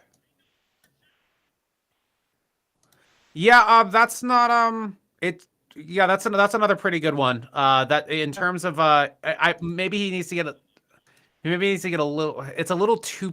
Maybe I just don't like the microphone. It might just be that. Honestly, I think it's that. I was gonna say, I'm like, there's nothing wrong with it except I hate the NT1A. I hate it. It's not even. It doesn't sound bad. It just sounds wrong. I mean, I can't explain it other than that. It just sounds wrong. Yeah. I mean, no, I agree. We're prejudicial, Jacob. So I mean, plug it in. Yeah. The yelling or the soft stuff. No. We'll do. Take his normal stuff and put it outside. Outside, will do. But yeah. And also, I'm not prejudiced. Rode microphones are objectively bad. Don't listen to what Griffin says. It's not an opinion. It's a fact. Nothing good ever came out of Australia. Name one good thing that came out of Australia. I can't. Sorry. No. Exactly. All right. Exactly. All right. Go ahead. There we go. Story has it, you managed to get with the hottest girl in school on the first day of school. Dude, you're practically a celebrity. Hey, Jeff, those allegations weren't me. So, sorry about that, yeah. Not only is Farmers one of the largest property and casualty insurance providers, we're also among the most experienced. With over 90 years under our belt, we know how to thrive through both boom and bust. I mean, you can hear how thin it is, though. That is the one thing with that NT1A. It's so just, brittle. A part of it is a part of it is like, with him, it's like the performance where like, he's a guy. This is something I freak out about. And I don't know if you feel the same thing, but I get, or like, I'm very averse, and this is subconscious. It's not like I actively feel this, but guys who have good voices who don't know how to use their voices, that's sort of like his deal. And this was an interesting sort of, no, it's like a real thing. Like, there are guys, like I meet guys all the time, and it's like, oh, that, you know, pretty like he has like one of those voices, and it's a nice voice. He doesn't know how to use it. He doesn't know how to project with it. He doesn't know how to do those hard starts and stops. And like, and the reason why I bring this up, it's not to rag on him. It's to get into this point that an engineer once told me who had a lot more experience than me. And he said that, it was a little avant-garde, and I thought it was super avant-garde at first, but then it started making sense. So everybody listen to this very, very carefully. I was talking to an engineer once, and I asked him, hey, what's most important? The microphone, the interface, or the room, or the space? And he says, the performance. And I'm like, what do you mean? He's like literally like, think about he did more music, right? So he might have this philosophy, but over time I started feeling it affect cartoon stuff. And he was like, think about it. Take the best singer in the world. Take like a really good R&B singer or something like that. And you record them just on an iPhone in like a decently treated space, and you just have them belt and sing and do all of that. Then you take that recording, and then you stack that up against someone who sucks at singing, terrible singing voice, U87, Neve preamp, all the shit, and you put those two recordings in front of two different people. Every time, it doesn't matter what microphone you used, you put that at blind test in front of two different people, everybody's going to tell you that the good singer is the better recording despite being recorded on an iPhone. So it's sort of a dynamic with that where I'm hearing that guy's space is technically absolutely fine for that scene, but it's his performance that upset me. And so that is absolutely an element. Performance is absolutely an element for engineers in terms of determining spaces. And it also goes the other way around when people are judging acting, where you have two actors, identical performances, but one has like a slightly less good recording space than the other. The buyer or the client or whoever, they're going to be like, oh, well, that one sounds just much better. Oh, well, that sounds crisper. They're a crisper actor. They're not a crisper actor. They're the same actor. You just like the other recording. So it goes both ways, but things will trick listeners into believing certain things. So, but yeah, his space is fine. He has a great voice. He's gotta get better with it. Because I hear potential there. I hear potential. How does that mean? I don't get how that's mean. That's like actual criticism. Like, get the fuck out of here. I don't know where you're seeing that. Again, I think we're just I'm also just prejudiced against that microphone, even though there's probably literally nothing wrong with it other than just to my ears, it always sounds wrong. But no, I think we can move on to Meggie Elise. Yeah, I also agree the mic does sound wrong. I agree with that as well. Okay. Is that it? Okay, cool. Playing this raw. Doing better. Oh, nuts! There's one place I can go that you can't. Whoa, whoa, whoa, whoa! Okay, sounds peaking? like it was an audition. It's not peaking. Wait, actually, hang on. Let me look. Okay. Look at the It's not. waveforms. The waveform is not. I was Okay. zoomed out, so it looked like it might have been blocking, but no. It was close though. But no, it was clean. Okay. Not terrible. It sounds like a small space, but it's not super reflective. I think you've done everything you can to shore up how well treated it is, given how small it is. But I can hear the tightness. I can definitely hear it. Yeah. Oh yeah. This is another situation where I would use it for a side character, but I wouldn't use it for a lead.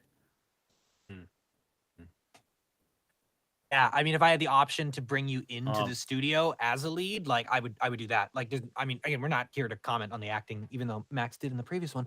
Wait, but real quick, real quick. She asked, how do I make it less tight? You get a bigger space. It's not rocket science. If you have a bedroom, proof the bedroom, put moving blankets on the wall. I have a video. Hold on, let me link the video. I made a whole video on this. Let me go get it. How to be... Yeah, my series has over 1 million views now, Griffin. Can you believe that? Ladies and gentlemen, the most famous YouTuber I've ever met. Okay. So I had a...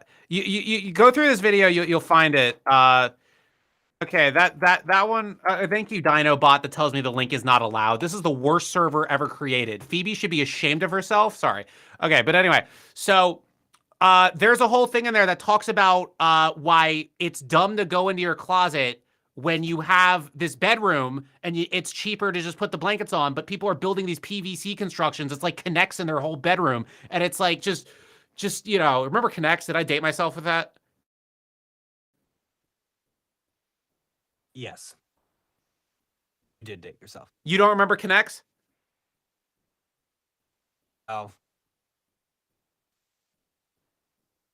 This is bullshit. All right, so anyway, the fucking so no, but I'm telling you, like everybody, like they hit themselves in the head. They beat themselves over the head with, oh, I gotta make a booth. Booth. Oh, I saw somebody talk about their booth. I hate the word booth. The word booth sucks. Use the word room. It's like, yeah, you know what? That's politically incorrect. The word booth is officially the N-word to me now. That word will offend me till the day I die. Oh my booth is, but nah, like I'm like genuinely like, look at the B-roll. Look at the B-roll for the big animation movies, for the Lego movie, for Ice Age, for the Pokemon features, for all of those movies. All of those movies. They are in rooms. They're not in little booths. I know Funimation seems like, oh, I'd love to work on anime. Funimation doesn't have, like, they don't have that much money. They don't have that much money. So it's like, you know what I mean? Like it's you know, you got to look at the people with tons of money. Look at what they're doing. Okay, big rooms. They're giving actors lots of space. That's what you want. It's absolutely what you want. Everybody's censoring the word booth in the chat now. That's good. I fear the trend you've started. I don't think you're wrong, but also I was like, you know, I was wondering how long it would take for you to break, how many samples it would take. You lasted a good hour and a half, so props. That's Wait, I mean, what do you mean? Oh, dude, I broke when I laughed at that one, guys. I broke a few spots ago. All right, fine, an hour. I gave you an hour. Yeah, man. I can't add to that. You said it. Yeah, got nothing. Okay. But let's plug her in just to give her the experience, and then we'll. do. Okay. How do I? Oh wait, real quick. They asked, how do you hang blankets? You take thumbtacks. And you put them into the wall. It's not going to get rid of your deposit. It's not going to do anything. They're tiny little holes. You take your moving blankets. You put the thumbtack through the wall. It's going to stay there forever if you do it right. Okay, that's it. Watch the video that I sent, How to Be an Online Voice Actor Part 6, the greatest video in the history of YouTube. Just watch it. It'll explain it. I've already said all this 1 million times in YouTube. I have to do it again and again because some nerd gets like an anime role and then they want to act like they know what they're doing. They're like, hey, I have a bunch of followers. Listen to me. I'm wrong. So don't listen to them. Listen to me. I won't steer you wrong. And I have started the booth being the new N-word. I am the Malcolm X of voice acting. That is what I am. Thank you. Go ahead, play that clip, Griffin. Okay. Sorry. Okay, here we go. Story has it, you managed to get with the hottest girl in school on the first day of school. Dude, you're practically a celebrity. Hey, Jeff. Those allegations weren't me. So sorry about that. Yeah. Sewing better. Oh, nuts! But there's one place I can go that you can't. Whoa, whoa, whoa, whoa! It's put it next to the scream, just because that's more of a scream than a talk. Put the screams next. And also, this is also a concept too. The voices. This might be a quick mix thing. How do I put it? Like, with more shrill and more raspy voices, because that voice is very shrill, sometimes, especially with yells, you want to put additional compression on those voices on top of the overall compression in the mix as well, because that'll sort of give those voices more body. Because right now it sounds like she's lacking body, and that's not a problem with the recording. It's a problem with the fact that it's just the nature of how the audio is picked up for certain voices. So now, to maintain, do not put compression on all of your recordings, goddammit. Send it raw. That's what I tell everybody. Go ahead. All right. Hey, listen, Mom. That wasn't me. The guy in that video where it said my name and I said, hi, what's up, it's me, that wasn't me. Sewing, better. Oh, nuts. But there's one place I can go that you can't. Yeah. I'm hearing that AT 2020 or that the little buzz. Yeah, remember that buzz you're talking about, like when it first started? I'm hearing that a little bit. It's definitely there. Yeah, and especially on a female voice, it's gonna be more there. Could roll it out. Oh, let's go to the. We should probably keep That's moving. We're 2 or 3 rants in on this file. So all right, okay, so let's go here. Yeah. All right, so somebody came in here. Someone's pulling up with a $2,500 microphone. So let's see. Oh yeah, and a big room, 10 by 10, with rock world filled walls. Okay, this is what we want. Let's see how it sounds. Alrighty, here we go. Hi there, my name is Ali. Thank you for checking out my recording. My studio has rock wool insulation within all the walls. I've got Oralex bass traps in the corners. There are some acoustic panels that are 4-inch thick, pretty much all over as well. I just want to see, like, I know my booth is nice, but I want to make sure that it's perfect. Like, acoustic treatment is like everything to me. So if there's any tips you have, just let me know. If you need me to do some voiceovers, this is, I guess, just normal speak. Yelling? Let me see. And then this is me yelling! No.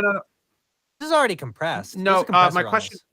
Yeah, I was about to say, like, that doesn't sound. Yeah, you're right. It doesn't sound raw. It sounds like there's something on it. He says no compressor. Hang on. That okay. If there's no compressor, Ali. Oh wait. Then you are your effects. Are your effects on it? No. I'm on the dry track, and I can see that the last yelling thing looks compressed. And then this is me yelling. What about the master? Master? No. I can't hear the master in my ears. You have the master on coming to you, but I'm here. I can turn it off for you, but I'm telling you, it's let me listen on my end real quick. Yeah, Ali, more than likely you are hitting the end of your preamp. You're hitting the roof of your preamp, and it's starting to color the audio. So no, it's not.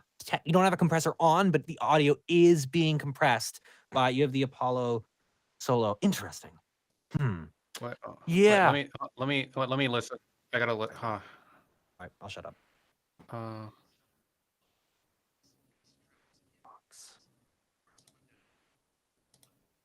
Let me hear this yell.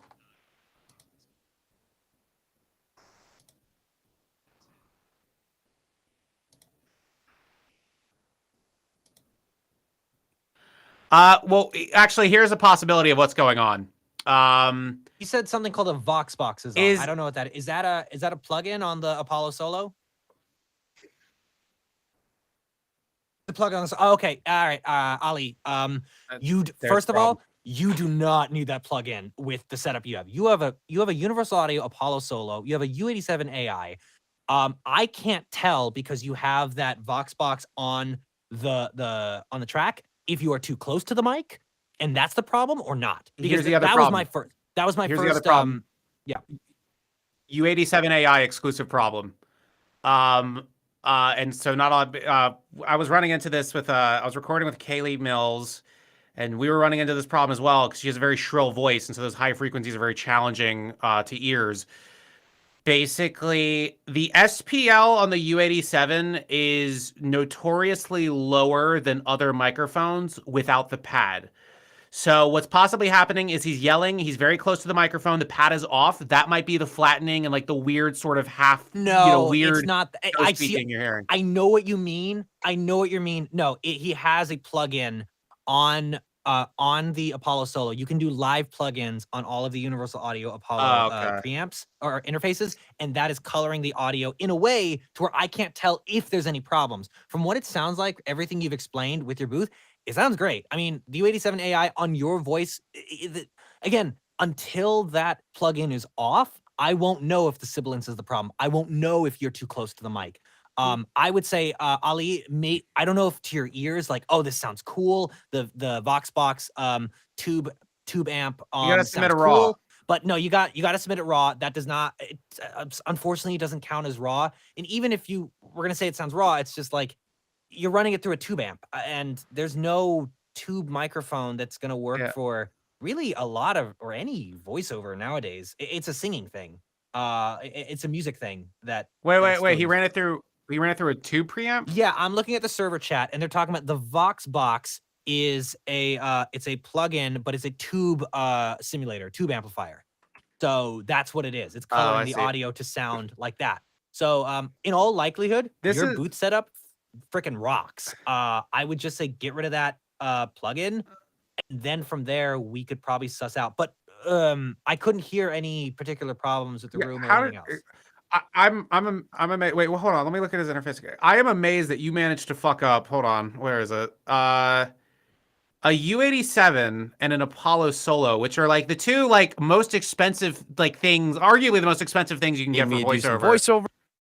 Yeah, it doesn't say again. It just doesn't sound putting out bad. one It just sounds plugin harsh. fucks it up. It's just like if this was if we're recording a for music the track, money he spent, it sounds horrible. Yeah, it's literally just that. Yes, Ali, if you want to submit a raw sample with that plugin turned off, we'll play it, but we'll likely say this. Oh yeah, sounds great. Like great. That's literally your biggest problem. It's that you're running a tube amplifier on your mic. Not necessarily. Are you in the center, Ali? Are you in the center of the 10 by 10 room? That's important. That's big, and it has to be fully treated. Said I am. So Okay, yeah, we said he again, is. Again, but I can hear past the Voxbox thing. But that was the first thing when you started playing. It's like, oh, he's got something on it. Because I've messed around with a lot of the plugins and stuff. That's literally probably your biggest problem. Everything else you got a 10 by 10 booth, dude. And all the real quick, why is the Discord bot saying "Oh Lottie"? That is filthy cultural appropriation. That is very disappointing to me. But anyway, please go ahead. It's fully true. He sent a picture of the space. I see the space. That doesn't look like a U87 Wait, AI. That is not a U87 AI, motherfucker. What are you trying to do here? What scam are you trying to pull?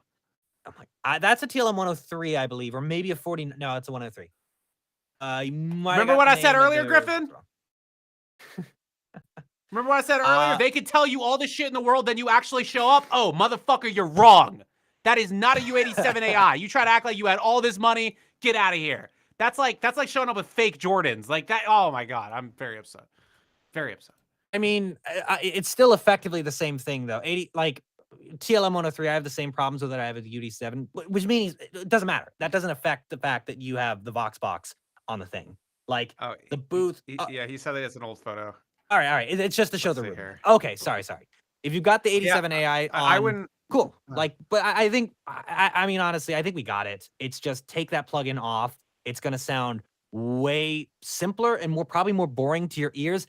That's what we want. We don't want an exciting, lively recording. We want it to we want it to sound flat and dead, like essentially. I mean, I'm probably using the wrong words here, but right now it is way too alive. It sounds like it's ready to get plugged into music thing. Yep, there it is. That's it does look smaller.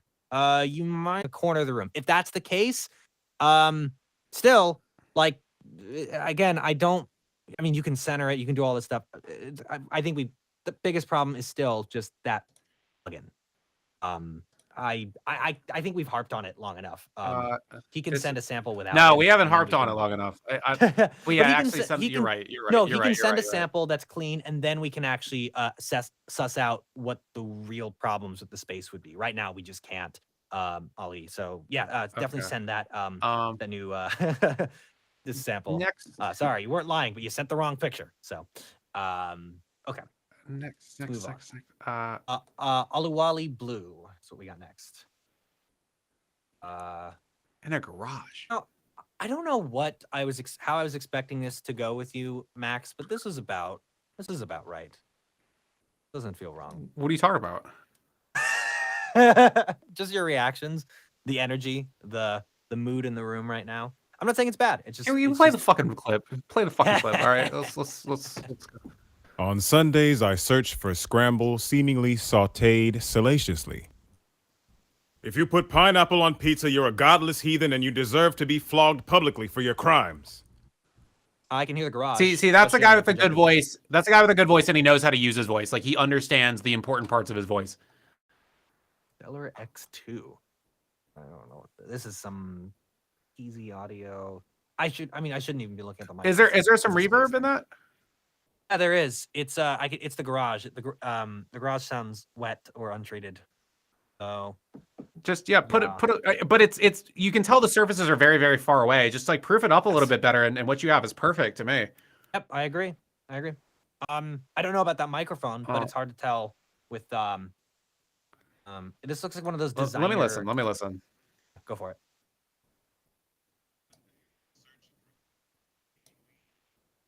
You have a little plosives. I'd talk off axis a bit. Wait.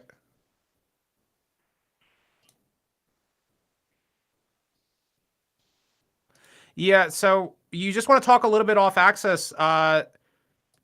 Minus what's it called? Take out the yelling and like ignore how it's untreated, like from very far away. This actually sounds really good to me. Like, this is an awesome room to me. If he just treated it On Sundays, I search for scramble, seemingly sautéed salaciously. Yeah, I would say, off axis. The plosives throw you off. Bit. Yeah, but this is one of those designer microphones, which is like kind of niche, built for a specific thing for vocals and stuff. I never heard of it. It has a K67 style capsule. I get it. The mic sounds good to me. I don't know. It sounds fine. It's maybe a little bright, but that's probably it. On a voice like that, I just wouldn't want something that bright. But again, whatever. The space, it literally just treat the space, and you're gonna have a great setup. I think he's right. I shouldn't harp too much on microphone. Let's see Ian Law tear me to shreds. See, Ian Law gets it. Ian Law, you're gonna die today. That's what you're gonna do. Oh boy. Alrighty, Ian Law. Okay, I gotta boost it a little bit. It was a little quiet. All right, playing the raw. Here we go. Hi, my name is Ian Law. I've been voice acting, whatever, for about, all my life. Voice acting has been more 3 to 4 years now. Is this a dating profile? I'm ready for you to tear me to shreds because I'm not recording under my blanket like I normally do. All right, here comes yelling, I think. So here I am. I'm talking a little louder here. You're going to hear a little bit of echo, I'm sure. Yeah. And here I am, a little bit closer, a little bit quieter, if you will. No. I hope you have fun listening to this. Just treat the large bedroom, dude. I mean, microphone sounds great. I really like the recording. I really like the recording until he screamed. Just treat the room better, and you're good, man. Maybe I think there was one other thing I heard. Maybe not. Let me just play the first part again. Hi, my name is Ian. Oh yeah, noise floor. I definitely hear an AC, a computer fan, something in the background. Position the mic so it's not pointed in its direction, and that should mitigate it. But yeah, other than that, it sounds not bad. Oh wait, Griffin, one of the girls from the server slid in my DMs just now. What? Oh yeah, if any other ladies want to be my voice actor girlfriend, I'll bring it to the top of the industry. Just be my hot. You have to be hot. Be my voice actor girlfriend, and I'll take it. I'll take it to the top of the chart, the top of the industry. I'll make any you a star. of you guys want to catfish him and pretend to be a girl, then I can't. I don't fall for that shit. I invented catfishing. Catfishing. They ain't catfishing me. No, I know what David you do. Bullock. We got somebody I know coming up. So that is he wins you no racist? Like, what's his deal? No. He's a pretty good actor though. So all right, HR. Let's see what you got. I've heard some of your recordings recently though. So anyway, let's listen. So you mean to tell me I risked my life braving the Temple of Anubis with you, and you couldn't even be bothered to grab the damn map? Yep, that's about right. Come on! I am recording on the Sennheiser 4 and 6 into the SSL2, and I got a bunch of those big bass traps, and walls are treated, and yep. Just very present, I would say. What's up? It's a 4x4 double wall whisper room that he's in. Yeah, that's probably why we're getting some of the more bassiness from it. It's not unfixable. We could just roll off a lot of what's there. It depends on how intact the rest of the play will be, but nothing extreme is jumping out to me as like wrong, bad. It's just as is. Not the worst I've heard from a 4x4, and it's not. And that's, I don't even mean to be mean. It's fine. I mean, I don't hear anything exceedingly jumping out to me. It let me listen to it on my end real quick. Sure. Wait, fuck, sorry, I'm doing it. Damn.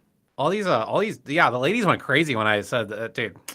I'm about to get a voice actor girlfriend, Griffin. Hold on, let me go to that audio though. Hold on. Well, I pray for you and her. The important part of these streams is you have to run side plots during the stream. That's what you have to do to make it engaging. All right, let me listen to this. Oh my goodness.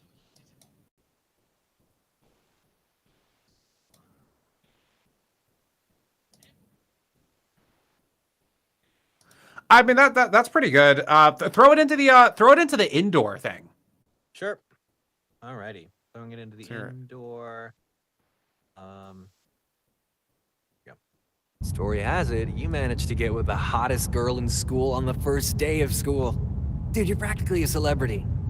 Hey Jeff, those allegations weren't me. So sorry about that. Yeah. So you mean to tell me I risked my life braving the Temple of Anubis with you, and you couldn't even be bothered to grab the damn map? Yep, that's about right. Come on! Where he went, that sounded bad, but the rest of it sounded good. It's just it was too present, like the. Yes, but that's it. I'm hearing the presence throughout, but it's most prominent in that spot you were talking about. I think that might, Jonathan, maybe try moving back off the mic a couple of inches and see if we're still good. If you're picking up more of the room, the reflections from the room, I doubt you will. This is a 416. Yeah, just back off the mic a little bit. I remember I was mixing or working on a project that had your voice in it, and that was the one thing I noticed. I was like, wow, it's just really present, really bassy.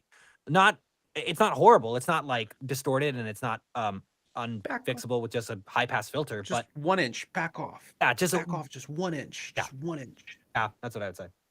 Proximity. Cool, man. Ali sent a raw sample with his thing, and he's the last one on there. And then from there, I think we can do Q&A. We can start filtering in the questions. Awesome. Cool. Here we go. Okay, so you want a raw sample? This is the raw sample. Way better. Okay? This is me whispering into the raw sample. And then this is me yelling into the raw sample. God damn it! But yeah, thank you for listening to this. I really do appreciate it, friends. League's better. It feels like it's better, but it feels like there's just too much stuff around it still, despite it being a 10x10 space. I would let the mic. Go ahead.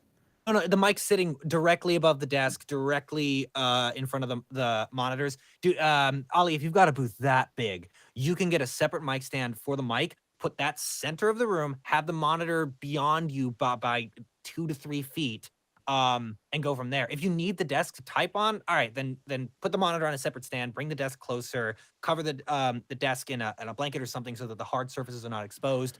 But yeah, I mean, the biggest problem child was the Voxbox thing. Now that it's clean, and then there was all there was all the foam like on the stand too. Like I don't like that. I don't get. So for the wires, it was just... yeah, I saw that too. I mean, it's not gonna hurt your recording, but I don't know what you're blocking out reflective wise. The wires aren't gonna reflect back into the microphone. What's gonna reflect back is the monitor and the desk. Other than that, I mean. Dude, I mean, you've got such a great freaking setup, just on paper, on spec. But yeah, I think it's just a matter of playing around with where it's positioned, and it's positioning the mic and you in the center of the room, monitor on against a wall, so that the reflections don't travel back into the microphone. And you said, would you hang it upside down or upright? That's not always the. It doesn't matter. It's more about axis and are you directly in front of it, or is it slightly off to the left, pointed down, so you're not spitting right directly into it. That's more what me and Max both mic for. It'll help with plosives. It'll help with a lot of the really harsh sibilants, which will especially cut through on an 87 AI. Yeah, dude, much better. The Voxbox AI again, that is something that I would throw on if I was recording music, if I wanted a really colorful thing, but I would just do that in post. So yeah, for VO and especially character stuff, Voxbox is a big no-no. We've harped on. We did a whole rant and harp about it earlier in the stream, so I think you got it. Voxbox, no commercial VO. Your setup is perfect for commercial VO, but Voxbox just don't. It's garbage. Fuck that shit. Just keep that plugin off your thing and you're good. But oh no, for commercial VO, dude, the audio engineer is going to run it through their compression and plugins. If you send it to them that alive and that lively, it's too much. Like even something like an RE20, which is already a pretty colored microphone for commercial, you with the Voxbox on, you're way beyond that. You're in a realm that it's like, oh, I can't do anything to this. This has been run through something that I can't undo. It is too much. For commercial, they will throw something else on there. Again, the cleaner, the drier, the opposite of Ben Shapiro's wife, the better. Is the point. That's a reference that we really didn't need thrown in, but here we are. Yeah, you got crickets on that one, buddy. Thank you, and I deserve them. Why don't we transition out of that and go into a Q&A before I kill myself on the stream? Whoa! You can't say that! Oh, well. Sorry. Anyway. My apologies. I'm eyeing the chat. So if there's a question that comes up, I thought I saw one earlier. Yo, wait, hold on. I just got a follow. Hold on, I got a follow from Ari Ray. Model cosplayer, entertain. Dude, I got a hot girl following me. Dude, hey, Griffin. Hey. Well, speaking of Ari Ray, she asked a question. 45-degree angle help. What? I think that's too extreme. I would do 60 degrees for angling the microphone. 45 is too pointed down. I mean, if you got a big room and you can put the mic high up enough, 45 degrees works. I would go closer to 60 degrees. Yeah, I got to keep close enough too. That's the thing. Did I blanket the my desk? problem is yes. Sorry. Yeah, that could help. I don't blanket. Well, that's the thing. Like, I have so many empty fast food containers on my desk. Like, I don't need the blanket. Like, it's really, I don't know. I got problems. Yeah, being messy is actually great for your acoustics. You're actually not wrong. I've been in like those messy rooms. Yeah, remember Reno?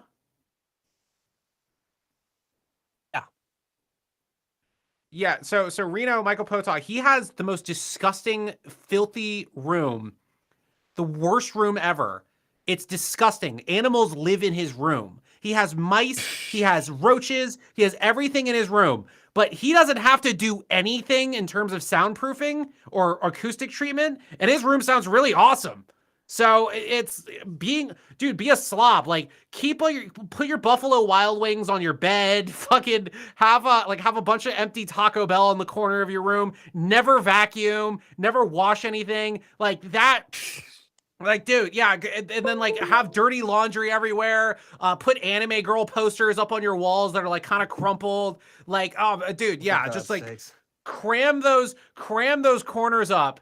And you will have the best sounding room for no effort at all. Think about it. It's actually the least amount of effort to have a greatly acoustically treated room when you think about it. Because if you're a hoarder, I think VO is in the cards for you.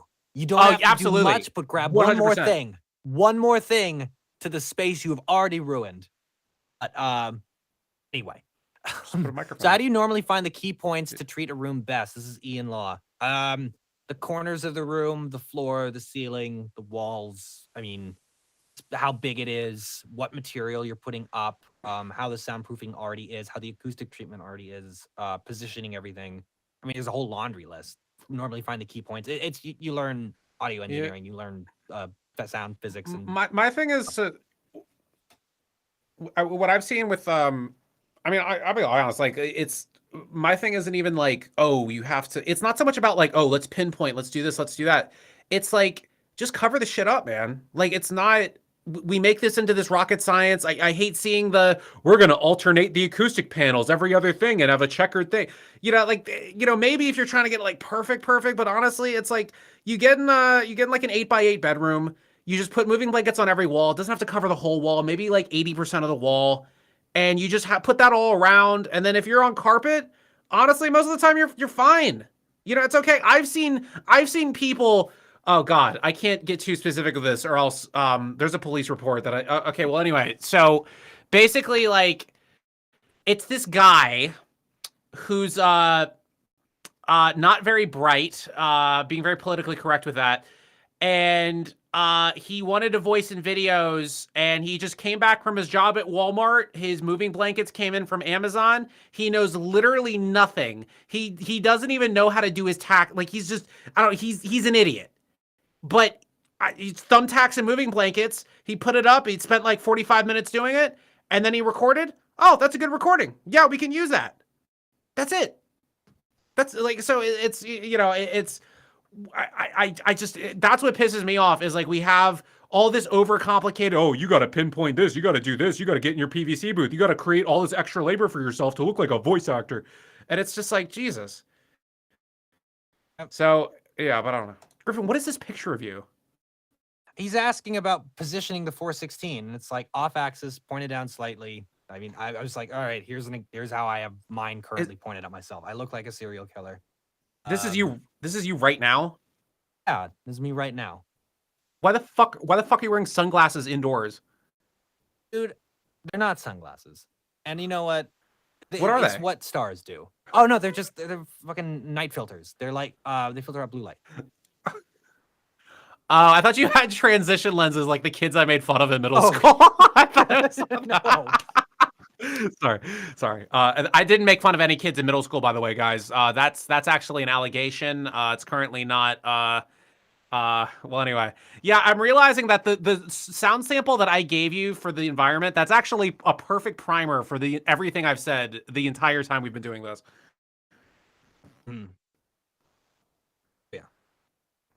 The allegations were false. Oh, rock walls. That's just a type of insulation. It's made of stuff that is not good to inhale, so make sure it's never exposed. But it's just a type of insulation. There's a million different types of insulation.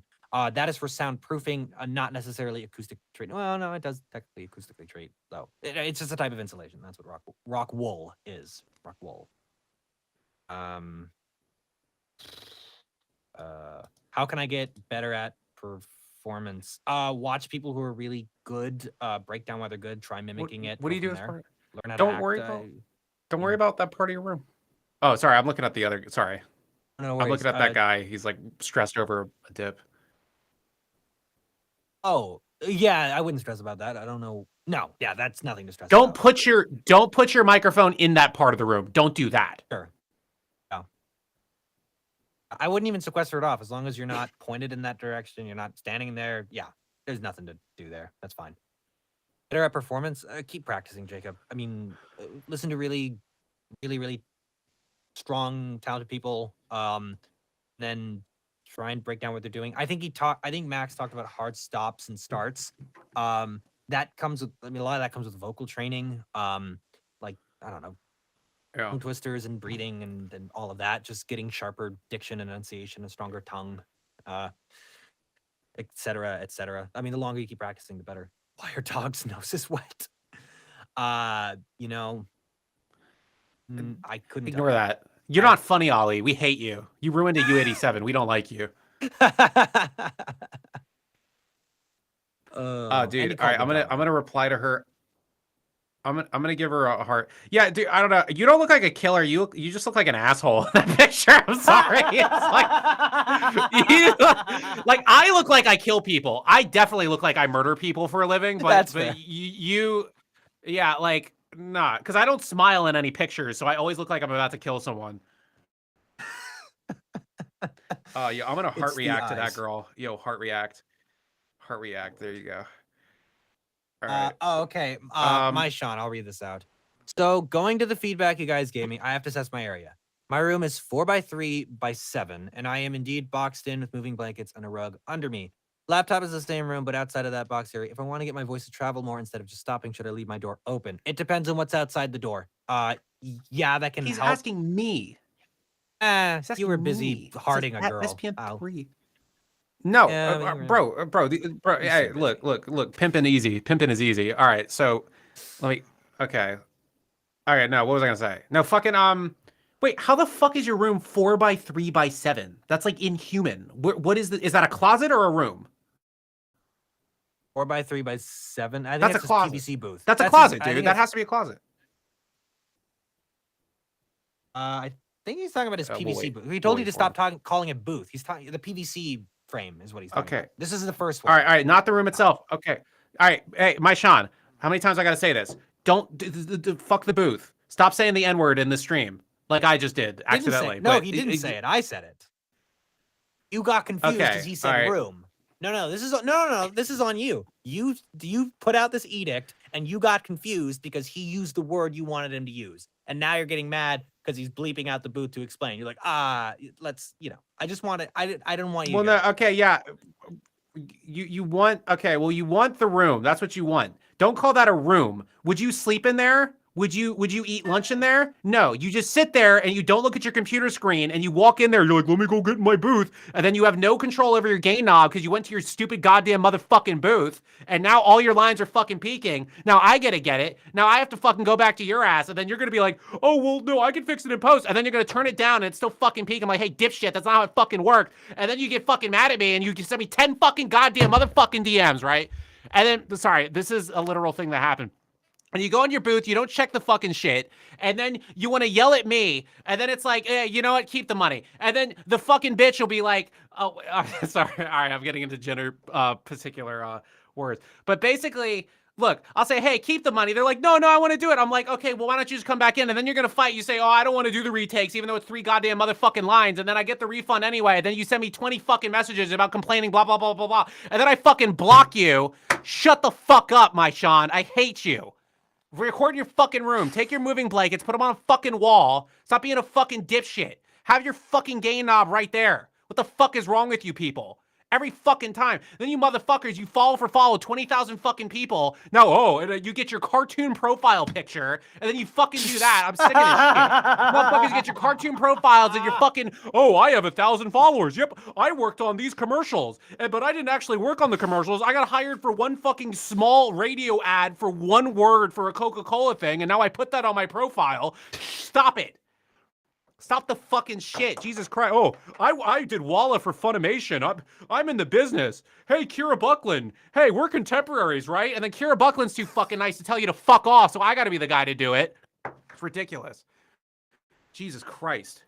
But yeah, you know what? Quit voice. Stop voice acting. Stop fucking voice acting. Stop. You know what? Live under a bridge. Live under a goddamn fucking bridge. Because you motherfucker, you look at a fucking PVC contraption and you call that a room to my fucking face? Shut up. End your life. Sick of this.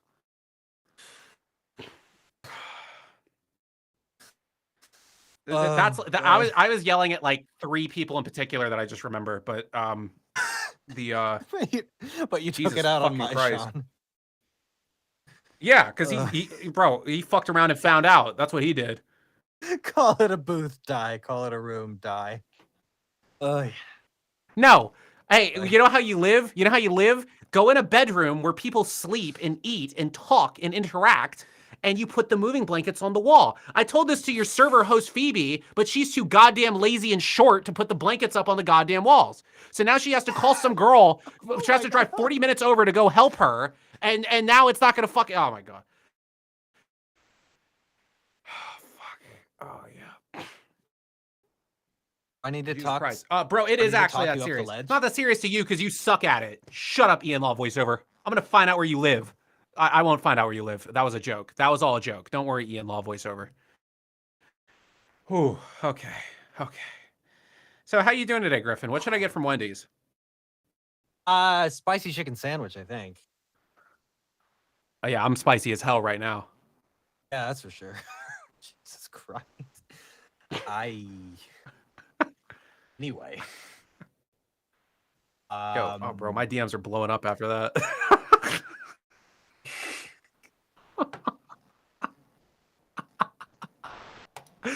Oh boy. You're gonna make the professional rating on our feedback form go down, Mac. What professionalism? What are we talking about? Sorry.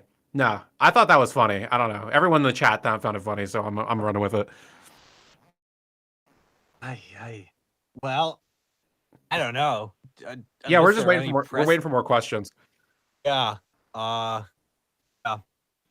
It's what's funny though is like you and I are coming from like opposite position worlds where like you have to deal with the bullshit of like terrible setups and like getting people to get on a session, do a thing, submit a thing, give you the correct information. And from what I have to deal with is people winning awards for how good their sound is, having to go like, but it's terrible. But this is, sorry, you're the head of sound at the studio. Just oh no, like, I deal with that too. I deal with that too indirectly though, because let's see here. What was I saying? No, like I said before, fucking what's it called? Or no, this contributes to my anger, and it's your anger too, and we share the anger. Huh. But I have to deal with, oh well, this studio took it.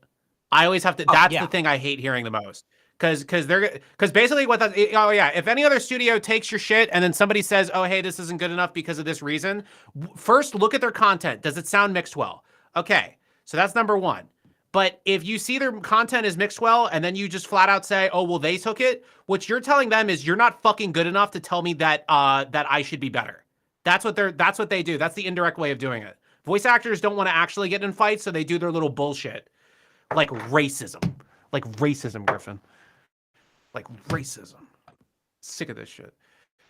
I'm very upset. I don't know. I'm just sitting back and enjoying this. I can't even add in. I'm just like, nah, I get this is Okay. Let's see here. Hi, I'm new to this server and curious about microphones. Go ahead. No, I was do you need another one? Do you need notification after that? Go ahead. No, I was just gonna say the worst possible thing, but also the best possible thing we could do is if we started a podcast that was just this, I mean, we would cater to a very niche and frankly limited market. But I think do you realize how many white guys a day say that? We should have a podcast that's just this. No, it is the equivalent of like, you know, back in the day it was like, dude, we should start a band. That is we should start a podcast is the modern version of we should start a band.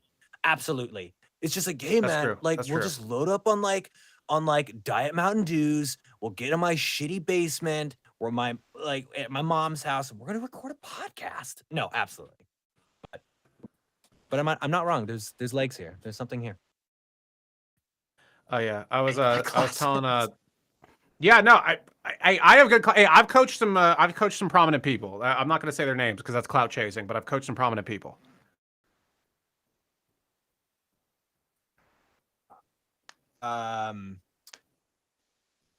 Curious about microphones that are easy for a beginner to use. What do you recommend? How does the angle of the microphone affect the audio quality? Well, if it's not pointed at the audio source, then we're gonna have a problem here. The capsule is set in a specific direction. It's, yeah, I mean, beginner, easy to use. I mean, do you want to go into your tirade about USB microphones?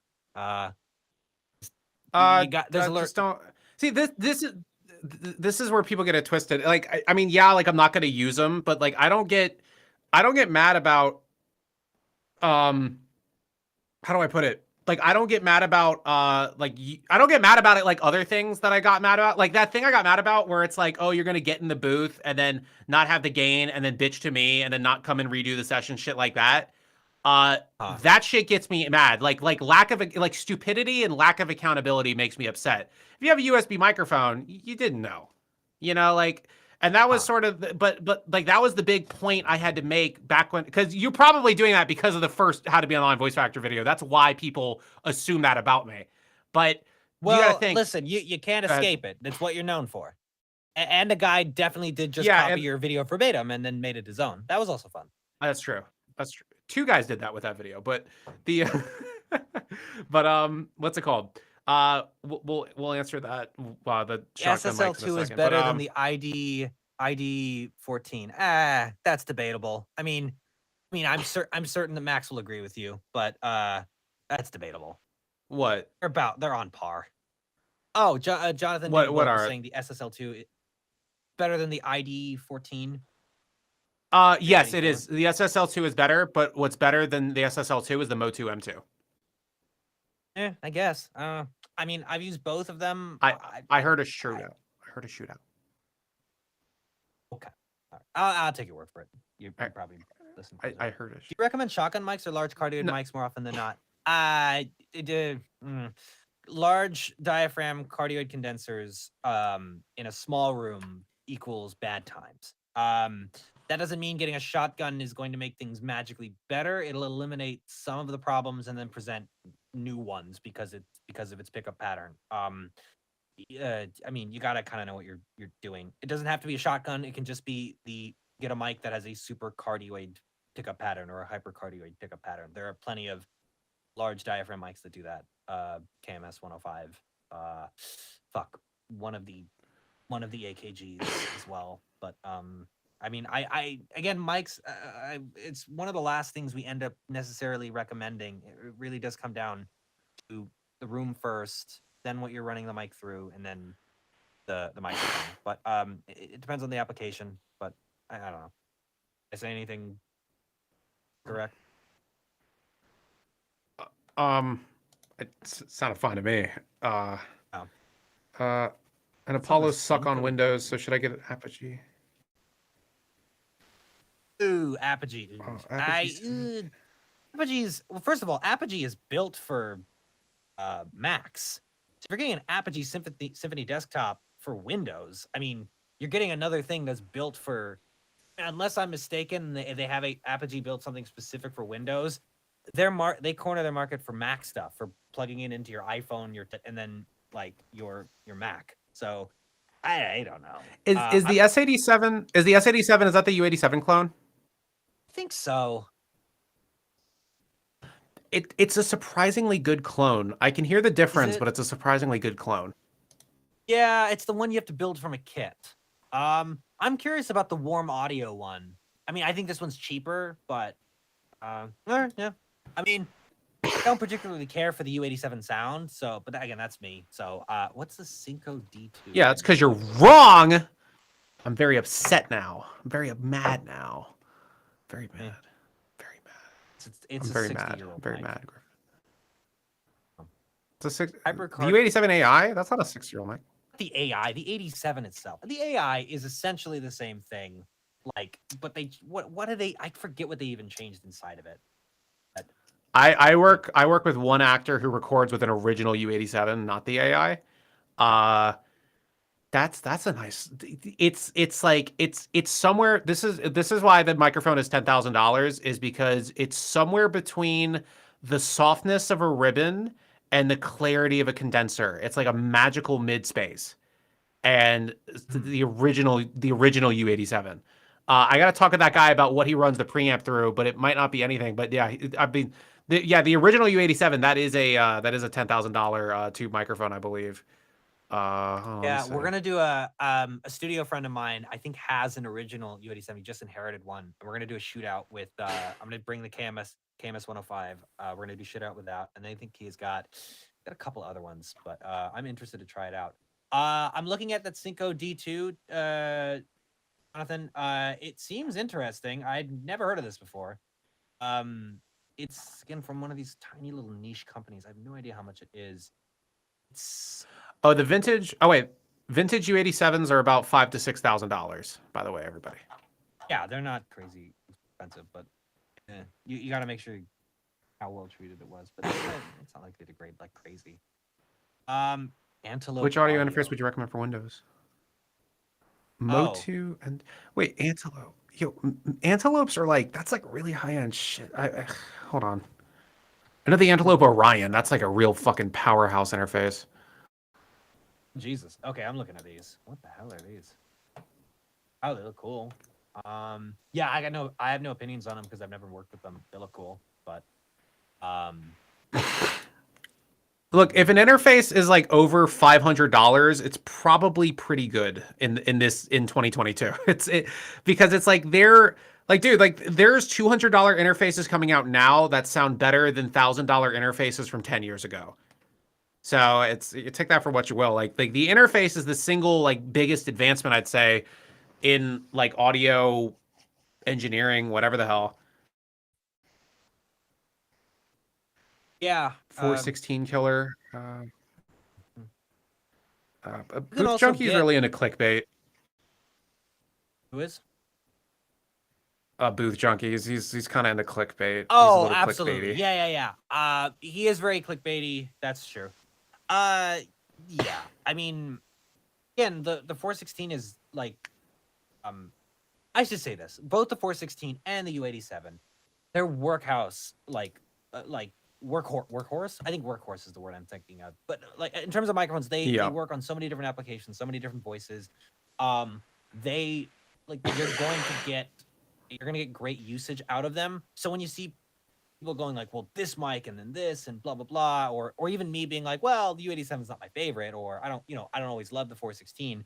That's just because I'm whatever. I have a particular thing I'm going for. I like flatter sounding microphones. I like less things going on in the raw file so that I can apply it to anything I want and it just sounds like a voice. You don't always get that with the U87, especially with hypersibilant people. The 416, it's got a certain specific boominess to it, which some guys like. It probably works better on a set than it does in a studio. But No, someone just mentioned the Chaotica eyeball. I'm real fucking mad right now. I'm real fucking mad right now. Yeah. The Chaotica eyeball is the most garbage fucking thing ever made. It's worthless. Don't fucking use it. It doesn't do anything. It's a waste of $100. I have a tweet saying the Chaotica eyeball is garbage. Actually, let me go through my Twitter history. I mean, if you remember any of our discussion about smaller room equals more problems, you're putting your microphone in the smallest possible freaking room with a tiny little window for you to speak through. Like, it just kills any microphone sounding good. Like, here are two tweets that I made talking shit. I didn't realize I made two tweets. Two tweets of saying the Chaotica eyeball is garbage. Look at that. That's wonderful.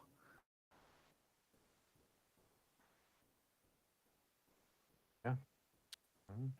Oh, I call everybody goobers.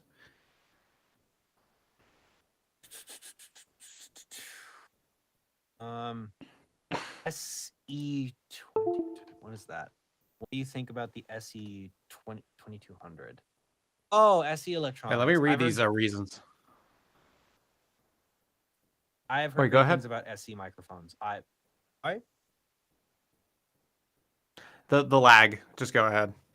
Oh, someone asked, what do you think about the SE 2200 as it is very neutral? I've never messed around with these mics. I've heard great things about them. They look cool. But no, I've not messed around with them. They're usually more used for music applications, though. That's at least what I've seen. Yeah, I mean, have I messed around with one? They look familiar, but I don't think I have. Yeah, I don't know. I don't have a opinion on it. Let's see. I don't think I saw any other. There's like, go ahead. Wait, hold on. Start streaming. There's only one person watching this. YouTube stream. What the hell, dude, Phoebe. Oh, you should have given me this link when we started. There would have been way more people in here. Jesus Christ, Phoebe, you suck at this. You got to get better, dude. I'm not saying you should stop. I'm just saying you just got to get better. Just get better, Phoebe. Phoebe, I believe in you.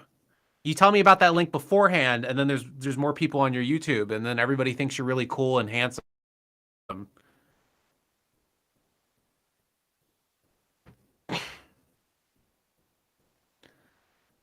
Oh yeah, let me read the reasons Chaotica eyeball is fuck shit for goobers. Doesn't actually stop reverb. Hurts your frequency response, especially in mids. Cost $100 more than blanket proofing walls. Cost $200 more than a blanket booth. Looks stupid as fucking shit. These are good reasons. I don't know. We have been going for 2.5 hours.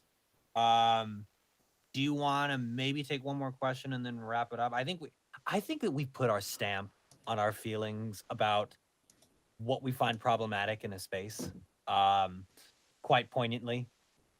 I think we can maybe take one more question. Go in your bedroom. Go in your goddamn bedroom. Stop thinking about it as a booth. Thinking about it as, oh, okay, I have a quiet computer and a room. It's all one thing. You must be the booth. Then leave it dirty. What's Ignore Problematic Jordan about Peterson. the industry? Don't clean your fucking room. What's problematic? Exactly. That's a fact. Wait, what's problematic about the industry? Oh. Oh, No. I'm taking this one. You had 5 rants. I'm taking this one. Jonathan, where to start? Number one, it's an industry that makes actors the most important fucking people in the room, which for God's sakes, they're not. Actors spend all their time complaining about, oh, I don't get paid enough. I need more. Meanwhile, like they work 2 hours and they've made enough money to like make their groceries and rent for the week. And meanwhile, there are PAs working on the project for literally like a 10th or less than a 10th of what they're making. They're working 8 to 12 hours, sometimes through the weekends with no extra pay, and they get nothing. They get no extra pay. They're asked for tighter and tighter turnaround times, and yet the actors are like, "Oh, it's so hard for us. We need more money." It's that. If you want to know what the problem is, it's you, not you individually, but you, the actor. You're the problem. We're having this whole setup talking about how people's booths suck and how they have to explain how, like, well, actually, this studio said it was fine because you're the problem. It's the actors. All right, like that. That's it. Like, I mean. I don't, in terms of problem with the industry, it's built around fame and celebrity. And even so, well, voice acting is not about the fame because you're like behind the scenes and you're in a booth. No one sees your face. Yeah, then why do you go to the conventions and sign things that you didn't make for shows that you didn't write? You didn't do the art. You didn't do nothing.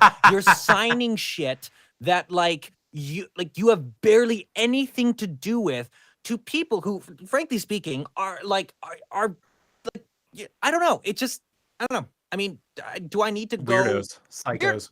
Yeah, the people who go to cons who are probably on the spectrum, and so it feels a little bit like you're taking advantage of them. No, I'm not. No. They're like, you're selling a signature for $40 to someone who's just like, you're my hero, and it's like, all right, like, no, I voice someone who's your hero. I'm not that person. No, I am that person. And then you get those fuckers, those annoying people who are just like, just think they're gods, like they're fucking voice hackiest actors. thing ever. Hackiest thing ever. This is the hackiest thing ever, where they don't say the characters they voice. They go, I voice this guy and this guy. Like that's the hackiest shit ever. I hate that. Yeah, and so HR is your nickname, Jonathan. If you want to know what the problems is, it's the people that you're going to be calling your friends when you move out here to LA or wherever you decide to go, or the people online. They're the problem. I mean, there's wonderful human beings somewhere deep down inside of themselves, but they've also taught themselves to pretend so convincingly, or not that convincingly, because you don't need to be that good of an actor to work for some of these companies, but convincingly enough that you will never know what's real from them. You will never know if like, yeah, we're best friends, I love you, or if that's just not another character they're playing. So if I can just lay that out as cleanly as possible, that is that's it. I mean, that's the biggest problem with the industry. I think because money goes to, these psychopaths who can turn on and off their emotions at a flip of a switch, instead of people who work like literally 40 to 80 hours a week to make these shows happen. We come in, we waltz in with the script and our and we get paid big bucks, and then we can go online and be like, I don't get paid enough. Do not play the new Bayonetta 3 or something. I don't know. Random example. But yeah. I don't know. I think that's actors are also The thing with the voice actors is like they're like introverted. How do I put it? It's like I've never seen such a massive collection of beta males, if that makes sense. Where it's like, or just like introverted. How do I put it? Like weirdly introverted guys, where like to a point where like a girl was telling me a story, and she was like a voice actor. She's like the whole thing, and she mentioned a store, and it was I'll change the name of the store, but it's just as ubiquitous. She was I was like, oh, we were at Foot Locker. And she's like, you know what Foot Locker is, right? And I'm like, doesn't fucking everybody? And then I thought, like, why would she think I didn't know what Foot Locker was? I'm like, oh wait, it's an industry of all men who shop at famous footwear and have their mother pick their clothes out for them. And so it's like, God damn, bro, like that's That's insane. It's like all It's people who shop and live online. To say like, oh, have you ever been to Payless or a Yeah. Foot Locker? It's like, what's that? It's like you never leave your house. Your booth is 2 inches from your Oh bed. no, they go to which you roll- Payless. No, which dude, I don't know. Like I've never seen these people out and about. And when you do, it's like you've caught them. They're like, I ran out of money for Postmates. I had to walk down the street. I'm in my pajamas. I look awful. That's pretty Here I funny. am. That's great. That's it, man. I mean, oh fuck. Yeah. Now I'm glad I got one good rant in. You were carrying it for the whole stream, and I was like, man, I got nothing in me. And then of course HR was like, what's the problem with the industry? And I'm like, oh, here we go. Yeah. Yeah, well, my career is less on the line for doing that than yours is, because I'm a comedian. That's what it says on my profile. They're gonna think you're serious, and also you have to bow down to a lot of people to get your money. All my money's through like everywhere. So yeah. Oh You're yeah. gonna I mean, you're if gonna be homeless after this. Well, that's another great thing. Yeah, yeah. Your career is dependent on the opinions of other people. Like, do they like you? We like him. He's nice. I like him. Let's bring him in. And like, you will morph yourself to be that person who's just like, hey, what's up? And like, just you'll pretend to be everybody's friend. And it's like, yeah, it's like, hopefully you don't get there. But if you want to succeed, I'd consider it. But it's yeah. I don't know, man. I'm not saying don't do this, don't pursue it. Just just know what you're getting into, and know what the real world is and what isn't. Know when to turn it the fuck off. That's another thing. Everyone's always on. Hi, how are you? Oh my god, hi. And it's just, all right, turn it off. We're a coffee. How are you? I'm fine. Cool. And then sip your macchiato. Anyway. Cover it. Am I good? That's true. Did I lose my career yet? Damn. Lost all my Yeah, followers? this was eventful. I got a couple voice actors following me. I got a British guy following me. I got some cosplay girl following me who pays for the Twitter verification thing. That's incredible. Well, hey, there we go. Make sure to get an SBN3 workshop where I give more accurate information and I don't yell at you. And we'll yeah, that's my plug. Make sure to get $80. That's right. Make sure to get the SBN3 workshop for one-on-one criticism to see what's going on and why you're not booking auditions. That's how we'll do that. Yeah, I got nothing to plug. Please don't find me. Yeah. I mean, I'm on the internet. I can't help that. But for God's sakes, do not find me. Thank you for coming. Thank you for taking our rants and our criticism in stride. You guys were fucking champs. Wait, can we call people in here? Oh yeah, I think we can. Wait, can we like put people into the stage? Hold on, wait. Does anyone want to come in and talk to us? For God's sakes. Wait, invite. Hold on, I can invite. Oh, wait. Oh, wait, no, it's invite to listen. How do they speak? Phoebe, how do we get people to like come up and like talk with us? Or do they have to click it themselves? Oh. Well, that worked. Hi, how are you? Hello. That's one guy. Wow. Yeah, I feel hi. very exposed. Who else can get in here? But go on. No, don't worry. I'm not fucking weird. Also, is this on Twitch? Yeah, you are. Oh. You are on a live stream right now, and I just realized everything I said was on a live stream. Yo! Tomorrow on Twitter. So. Oh, of course it will. There's that. Of course it will. Oh. Thank God you didn't do any of the suggestions that I had in the chat. Well, I was gonna go to fucking Wendy's. Now it's like closed. Go to Wendy's. Uber Eats, man. Postmates. Yeah, Uber Eats. Exactly. It's like what, 24/7 service? Yeah, it's only a $50. Oh yeah, fee so to I get can a pay $10 3 meal. times. Yeah. yeah, 3 times, and then it's cold because it takes like a year. And they leave it on the wrong doorstep.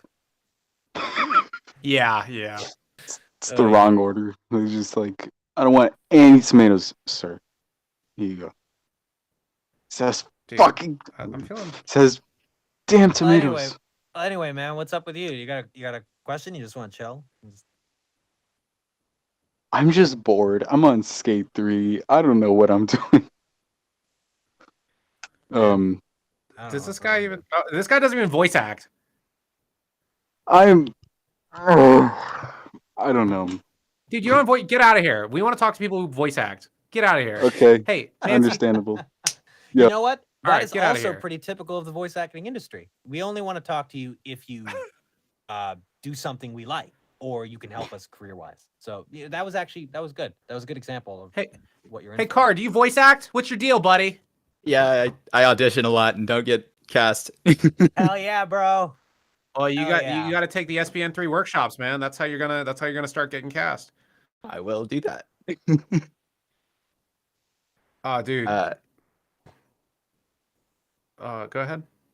I was just gonna. So, like, where exactly do I go to find the? I'm a paid actor now. Where do I go to find this workshop? Your pin tweet. I see. Never mind. I love how he wait, answered the question. Just turned into Gary fucking V in this Twitter thing. You're just marketing your. Who's Gary V? Dude, you don't know who Gary V is? Oh my god, he's one of those like. Wait, I have to take a call. Wait, hold on, wait. Kogan, I'm on a live stream. What's up? Don't say anything racist. Don't say anything racist? Yeah, not one thing. I was gonna say a bunch of fucking racist shit, and now you're telling me I can't say racist. Oh, okay. I guess you're. Wait, Kogan, I'm gonna call you back because it's gonna end soon. What's the live stream? What are you live streaming? I'm teaching people how to have better booths for their voice acting spaces. That's what I'm doing right now. There's about 20 people listening. All right, so don't. All right, so So Kogan, good luck with Hooters. I hope you had a good day at Hooters. I'll call you back and ask about it. Okay. All right. He works at Hooters. All right. Dude, yo, that cosplay girl slid in my DMs, dog. That's fucked up. All right. But no, go ahead. I think Card got his answer for that. No, Gary V. Who gives a shit? Oh yeah, no, tell me Gary V. Who is that? Oh, he's one of those like YouTube influencers who's like, inside of everyone is a business, but you just need to execute. He like teaches people how to like, I don't know, like start a business or be an influencer. Like he's a wild personality. He's kind of funny, but he's just one of those people. Anyway. Oh yeah, no, I see it. Yeah, but anyone else want to jump in? Oh wait, I see Sean. I see his hand up. How the fuck do I bring people in? Oh, hi. Ian. Oh, What's up, Ian? It's gonna sound like shit. Ah, well. Hi, how are you? Fine. Yeah. Good. If it isn't obvious, I wasn't here for like the beginning of this part. I understand you guys have been working in the industry for a long time. Or actually, I'm not exactly sure how long you've been in the business. How long have you guys been doing it? Enough to fucking kill it. But no, I don't know. I guess 6 years. I've been doing it for like a decade. Damn. Yeah, about a little more than half of that, I guess. Yeah. Cool. Cool, man. But yeah, no.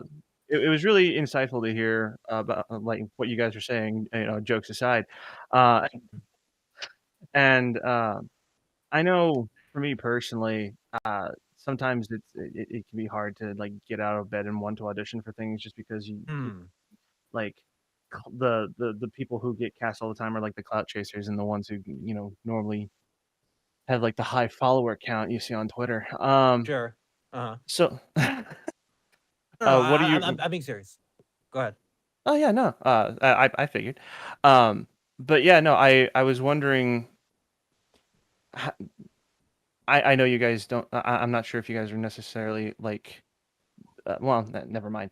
How do you guys normally like push through that, or like how do you normally like assess and ignore the fuck out of other people? What do they have to do with your career and how good or not good you are at any given point in time?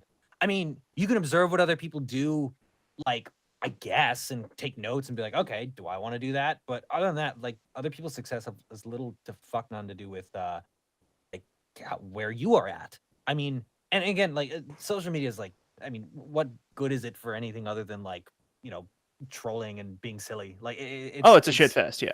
It's a shit fest, yeah. And it's like if it's not, God, I'm gonna sound like such a fucking like motivational speaker. If it's not bringing you joy, you need to get rid of it. I'm not Maria Kondo, but like it's just there's only so much you can get out and put into social media that's any net positive, if at all. So when it comes to how do you push through it, it's like you kind of don't. You ignore it. You cut it out. You go like, okay, is there anything observable here that can help me? And if the answer is no, it's just making you, depressed or making it so you can't get out of bed or do your auditions. It's like, all right, cut it out. Like cut it out and then bring it back in at a level eventually where you can handle it or don't. Like I'm barely on social media. I nuke my phone like every other week because it's just like, even when it's fun, it's just a lot and it's overwhelming. And I don't really get jealous of other people in general, because again, it's like my success has very little to do with their success. If I'm doing really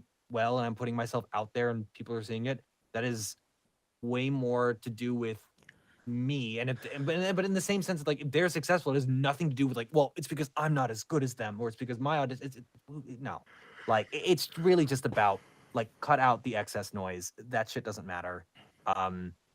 Yeah, it's not helping you, and it's a trap. Everyone will be like, no, you gotta see what other people are doing and then do that and help. It's like maybe or maybe not. I don't know. I think the meta of voice see what acting. other people do.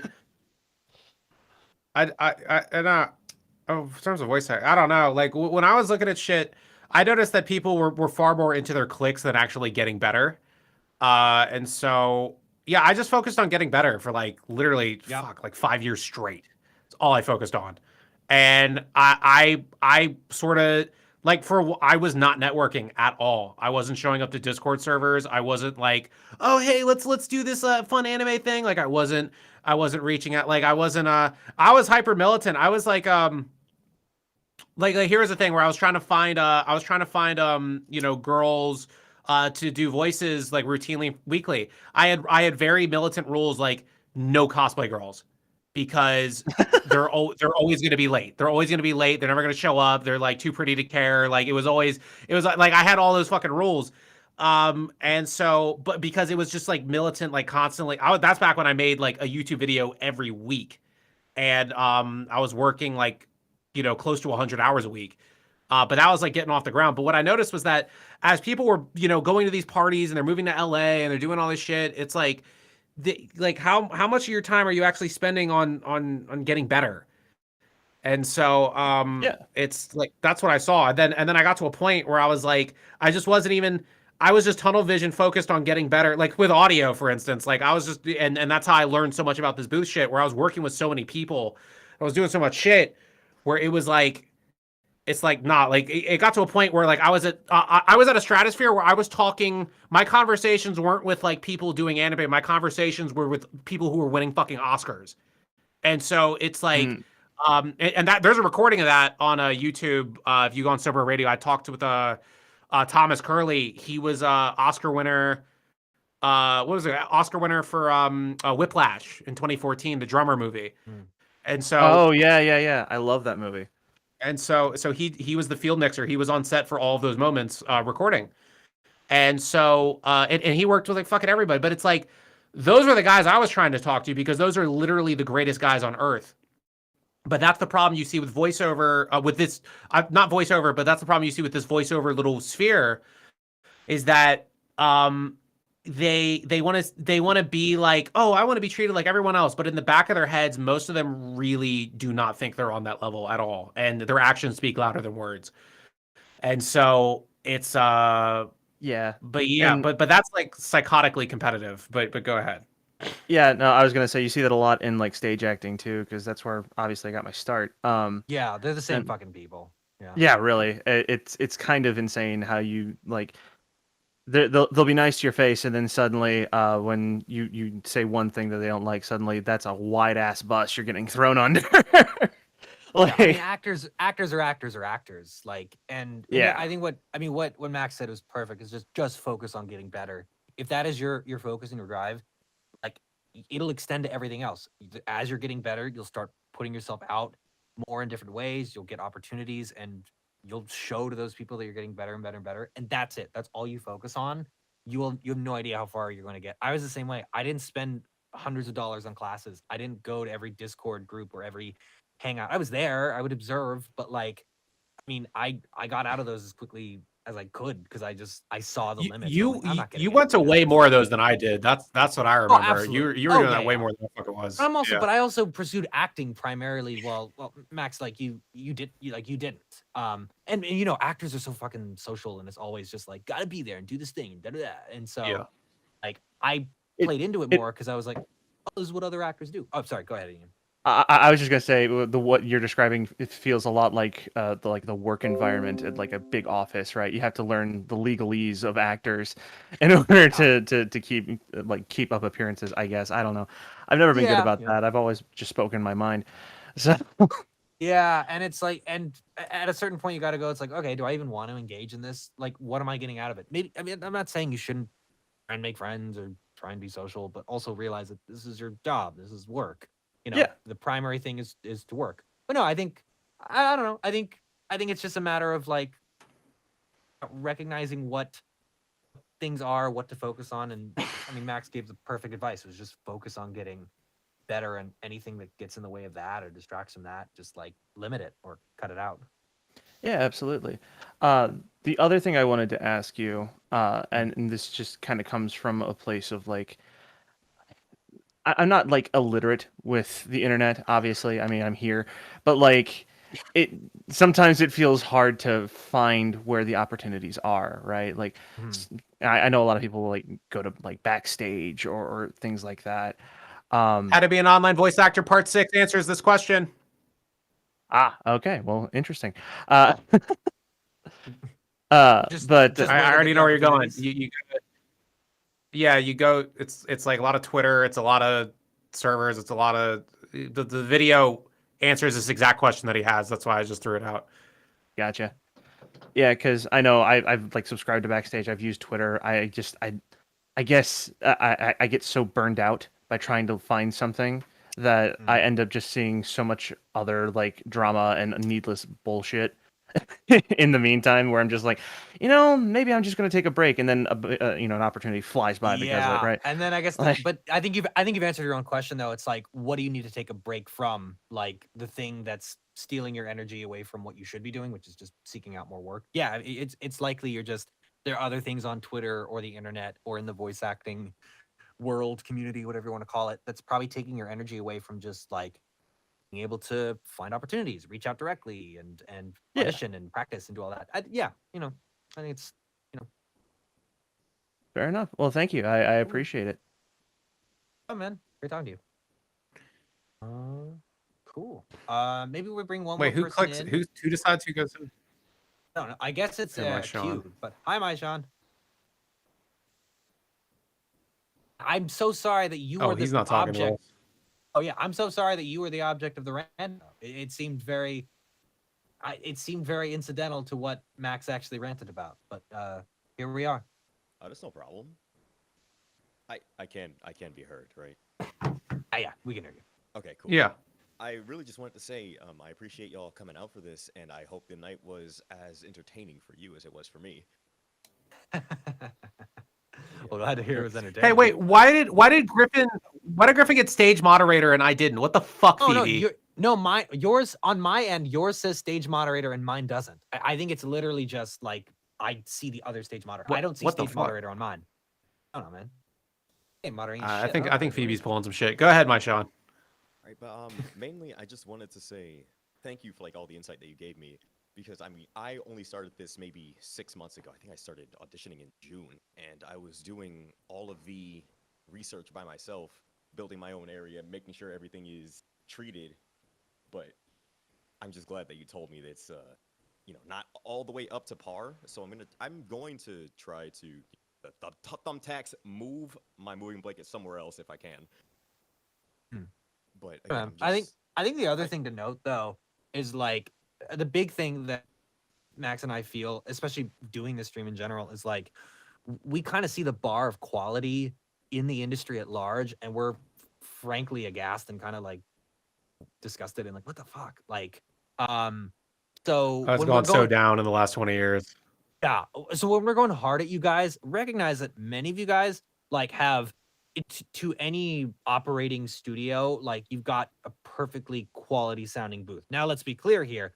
In our eyes, it's nowhere that bar is so ridiculously low, and it angers me too because, like, I mean, just look at every show that's come out over the past year or even closer to that. Everything sucks. Everything fucking sucks. Not just in voiceover, but like in TV and the Marvel stuff. It all sucks.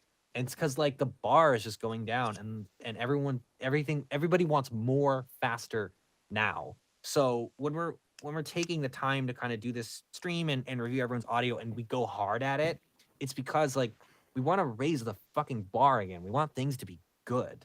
All that to say is that like you're like even like yours was the first one up. Like we spent a good more time on it than other people's because it was the first one, but like there's nothing glaringly wrong. I mean, we pointed out what things you can improve. Obviously, opening up the space.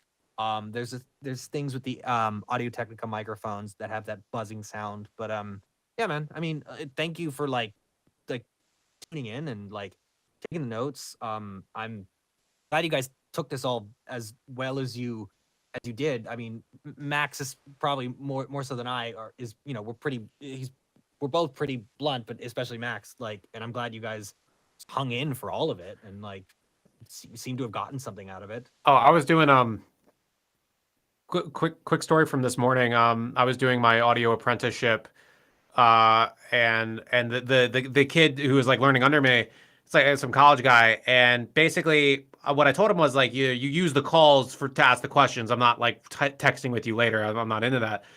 And so the guy is this is what I mean by like you gotta be harsh and you gotta be blunt where. You hear him wanting to ask another question about how I did something, and he's like, "Well, I guess it's okay for now." And I identified what I'm not there to do is you're not always there to like, talk about the audio or talk about the acting or talk about everything. A lot of times you have to identify character flaws and you have to put them right out there. So I told him, I'm like, dude, you got to stop being a bitch. I told him that straight to his face. Like, it's like whatever the fuck you want to know. Go ahead and ask it, because if you're this afraid to ask a question, good luck in this fucking industry. Like, but yeah, you can get more of me yelling on Twitter Spaces. I do them every other day at night. And, I'm Gary V, by the way. Oh, go ahead. No problem. There was one mic in particular that I think it was Griffin who suggested for my space in particular. It was the KMS 105. Why exactly did you suggest that one? What do you like about that? Oh, we just have me and Max are big hard-ons for that mic. Okay, I mean, what the fuck do you mean we? I was the one who told you to get it for like 5 years and you didn't get it. All right, this is. And then I got it, and now we both have hard dicks about it. Right? All right. You gotta say pause after that or something. All right, you're hanging out with too many white people. So the okay. So the KMS 105, it's a stage microphone, right? And so it has all this side rejection. But what's fascinating about the KMS 105 is it has all that side rejection and it has all that spatial rejection around it, but it still maintains a somewhat studio sound, which is extremely rare because usually when you have a stage mic with all that isolation, it only sounds good for live sound where the detail isn't super particular. But with the KMS 105, it gives you all the rejection, it gives you the studio sound, and also like the cone of I guess listening, the listening cone, whatever the fuck it is, that pickup pattern is so tight. Where not only is it really good for studio voiceover, where the space is treated, it's also better than the MKH 416 for interview miking, where the microphone is up above, like a foot above. It blocks out more of that echo. Of like the room, the reverb of the room, it blocks out more of that. I've put the KMS 105 into bad rooms and made them like passable rooms, if that makes sense. Like entirely untreated rooms. I've done like radio broadcasts with the KMS 105. I've done cartoons with the KMS 105. I've done, again, like interviews for documentaries that went on Amazon Prime with the KMS 105. I've done a lot of shit with the KMS 105. If I had to just have one microphone for every single situation all the time, it'd probably be the KMS 105, because it just does everything. It does everything. It does everything at least well. Doesn't do everything great, but it does everything at least well. And that's hard to get out of a microphone. If they charge $1,500 for that mic, I'd still buy it. But it's $700 brand new. You probably find one for like maybe $500 or $600 used. But yeah, I discovered that mic back in 2000. what was it? 2015. That's when I discovered that mic. 2015. Bought it from Sam Ash. They gave it to me for $610. I remember it. I remember everything like photographically with like certain things, but no, it was $610. They gave me a discount on a brand new one, and I got it because at the time Joe Boysitz, my buddy, he was working at Sam Ash, and he was able to get me the deal. So that's my history of the KMS 105 and how I've used it on many projects since 2015. And Griffin just started using it like a month ago, so he's acting like he's a KMS 105 veteran, but he is not a KMS 105 Oh no, veteran. absolutely. I was like, I don't know, and then I got it, and now I talk like I've been a true believer since like 2 years old. No, he's absolutely right. But it is. But it's Neumann. Like Neumann doesn't make a bad microphone. They've never made a bad mic. All right then. Cool. It's good Yeah, reasoning. I think this is as good as any place to stop it. Max has got to figure out a way to get Wendy's this late, but I don't know, man. They're closed. Fuck all you. All right, then I think we can probably hang it up. All right. Cool. All right. Guys. Thank you. Thank you everyone for joining. Thank you, everyone. Good night.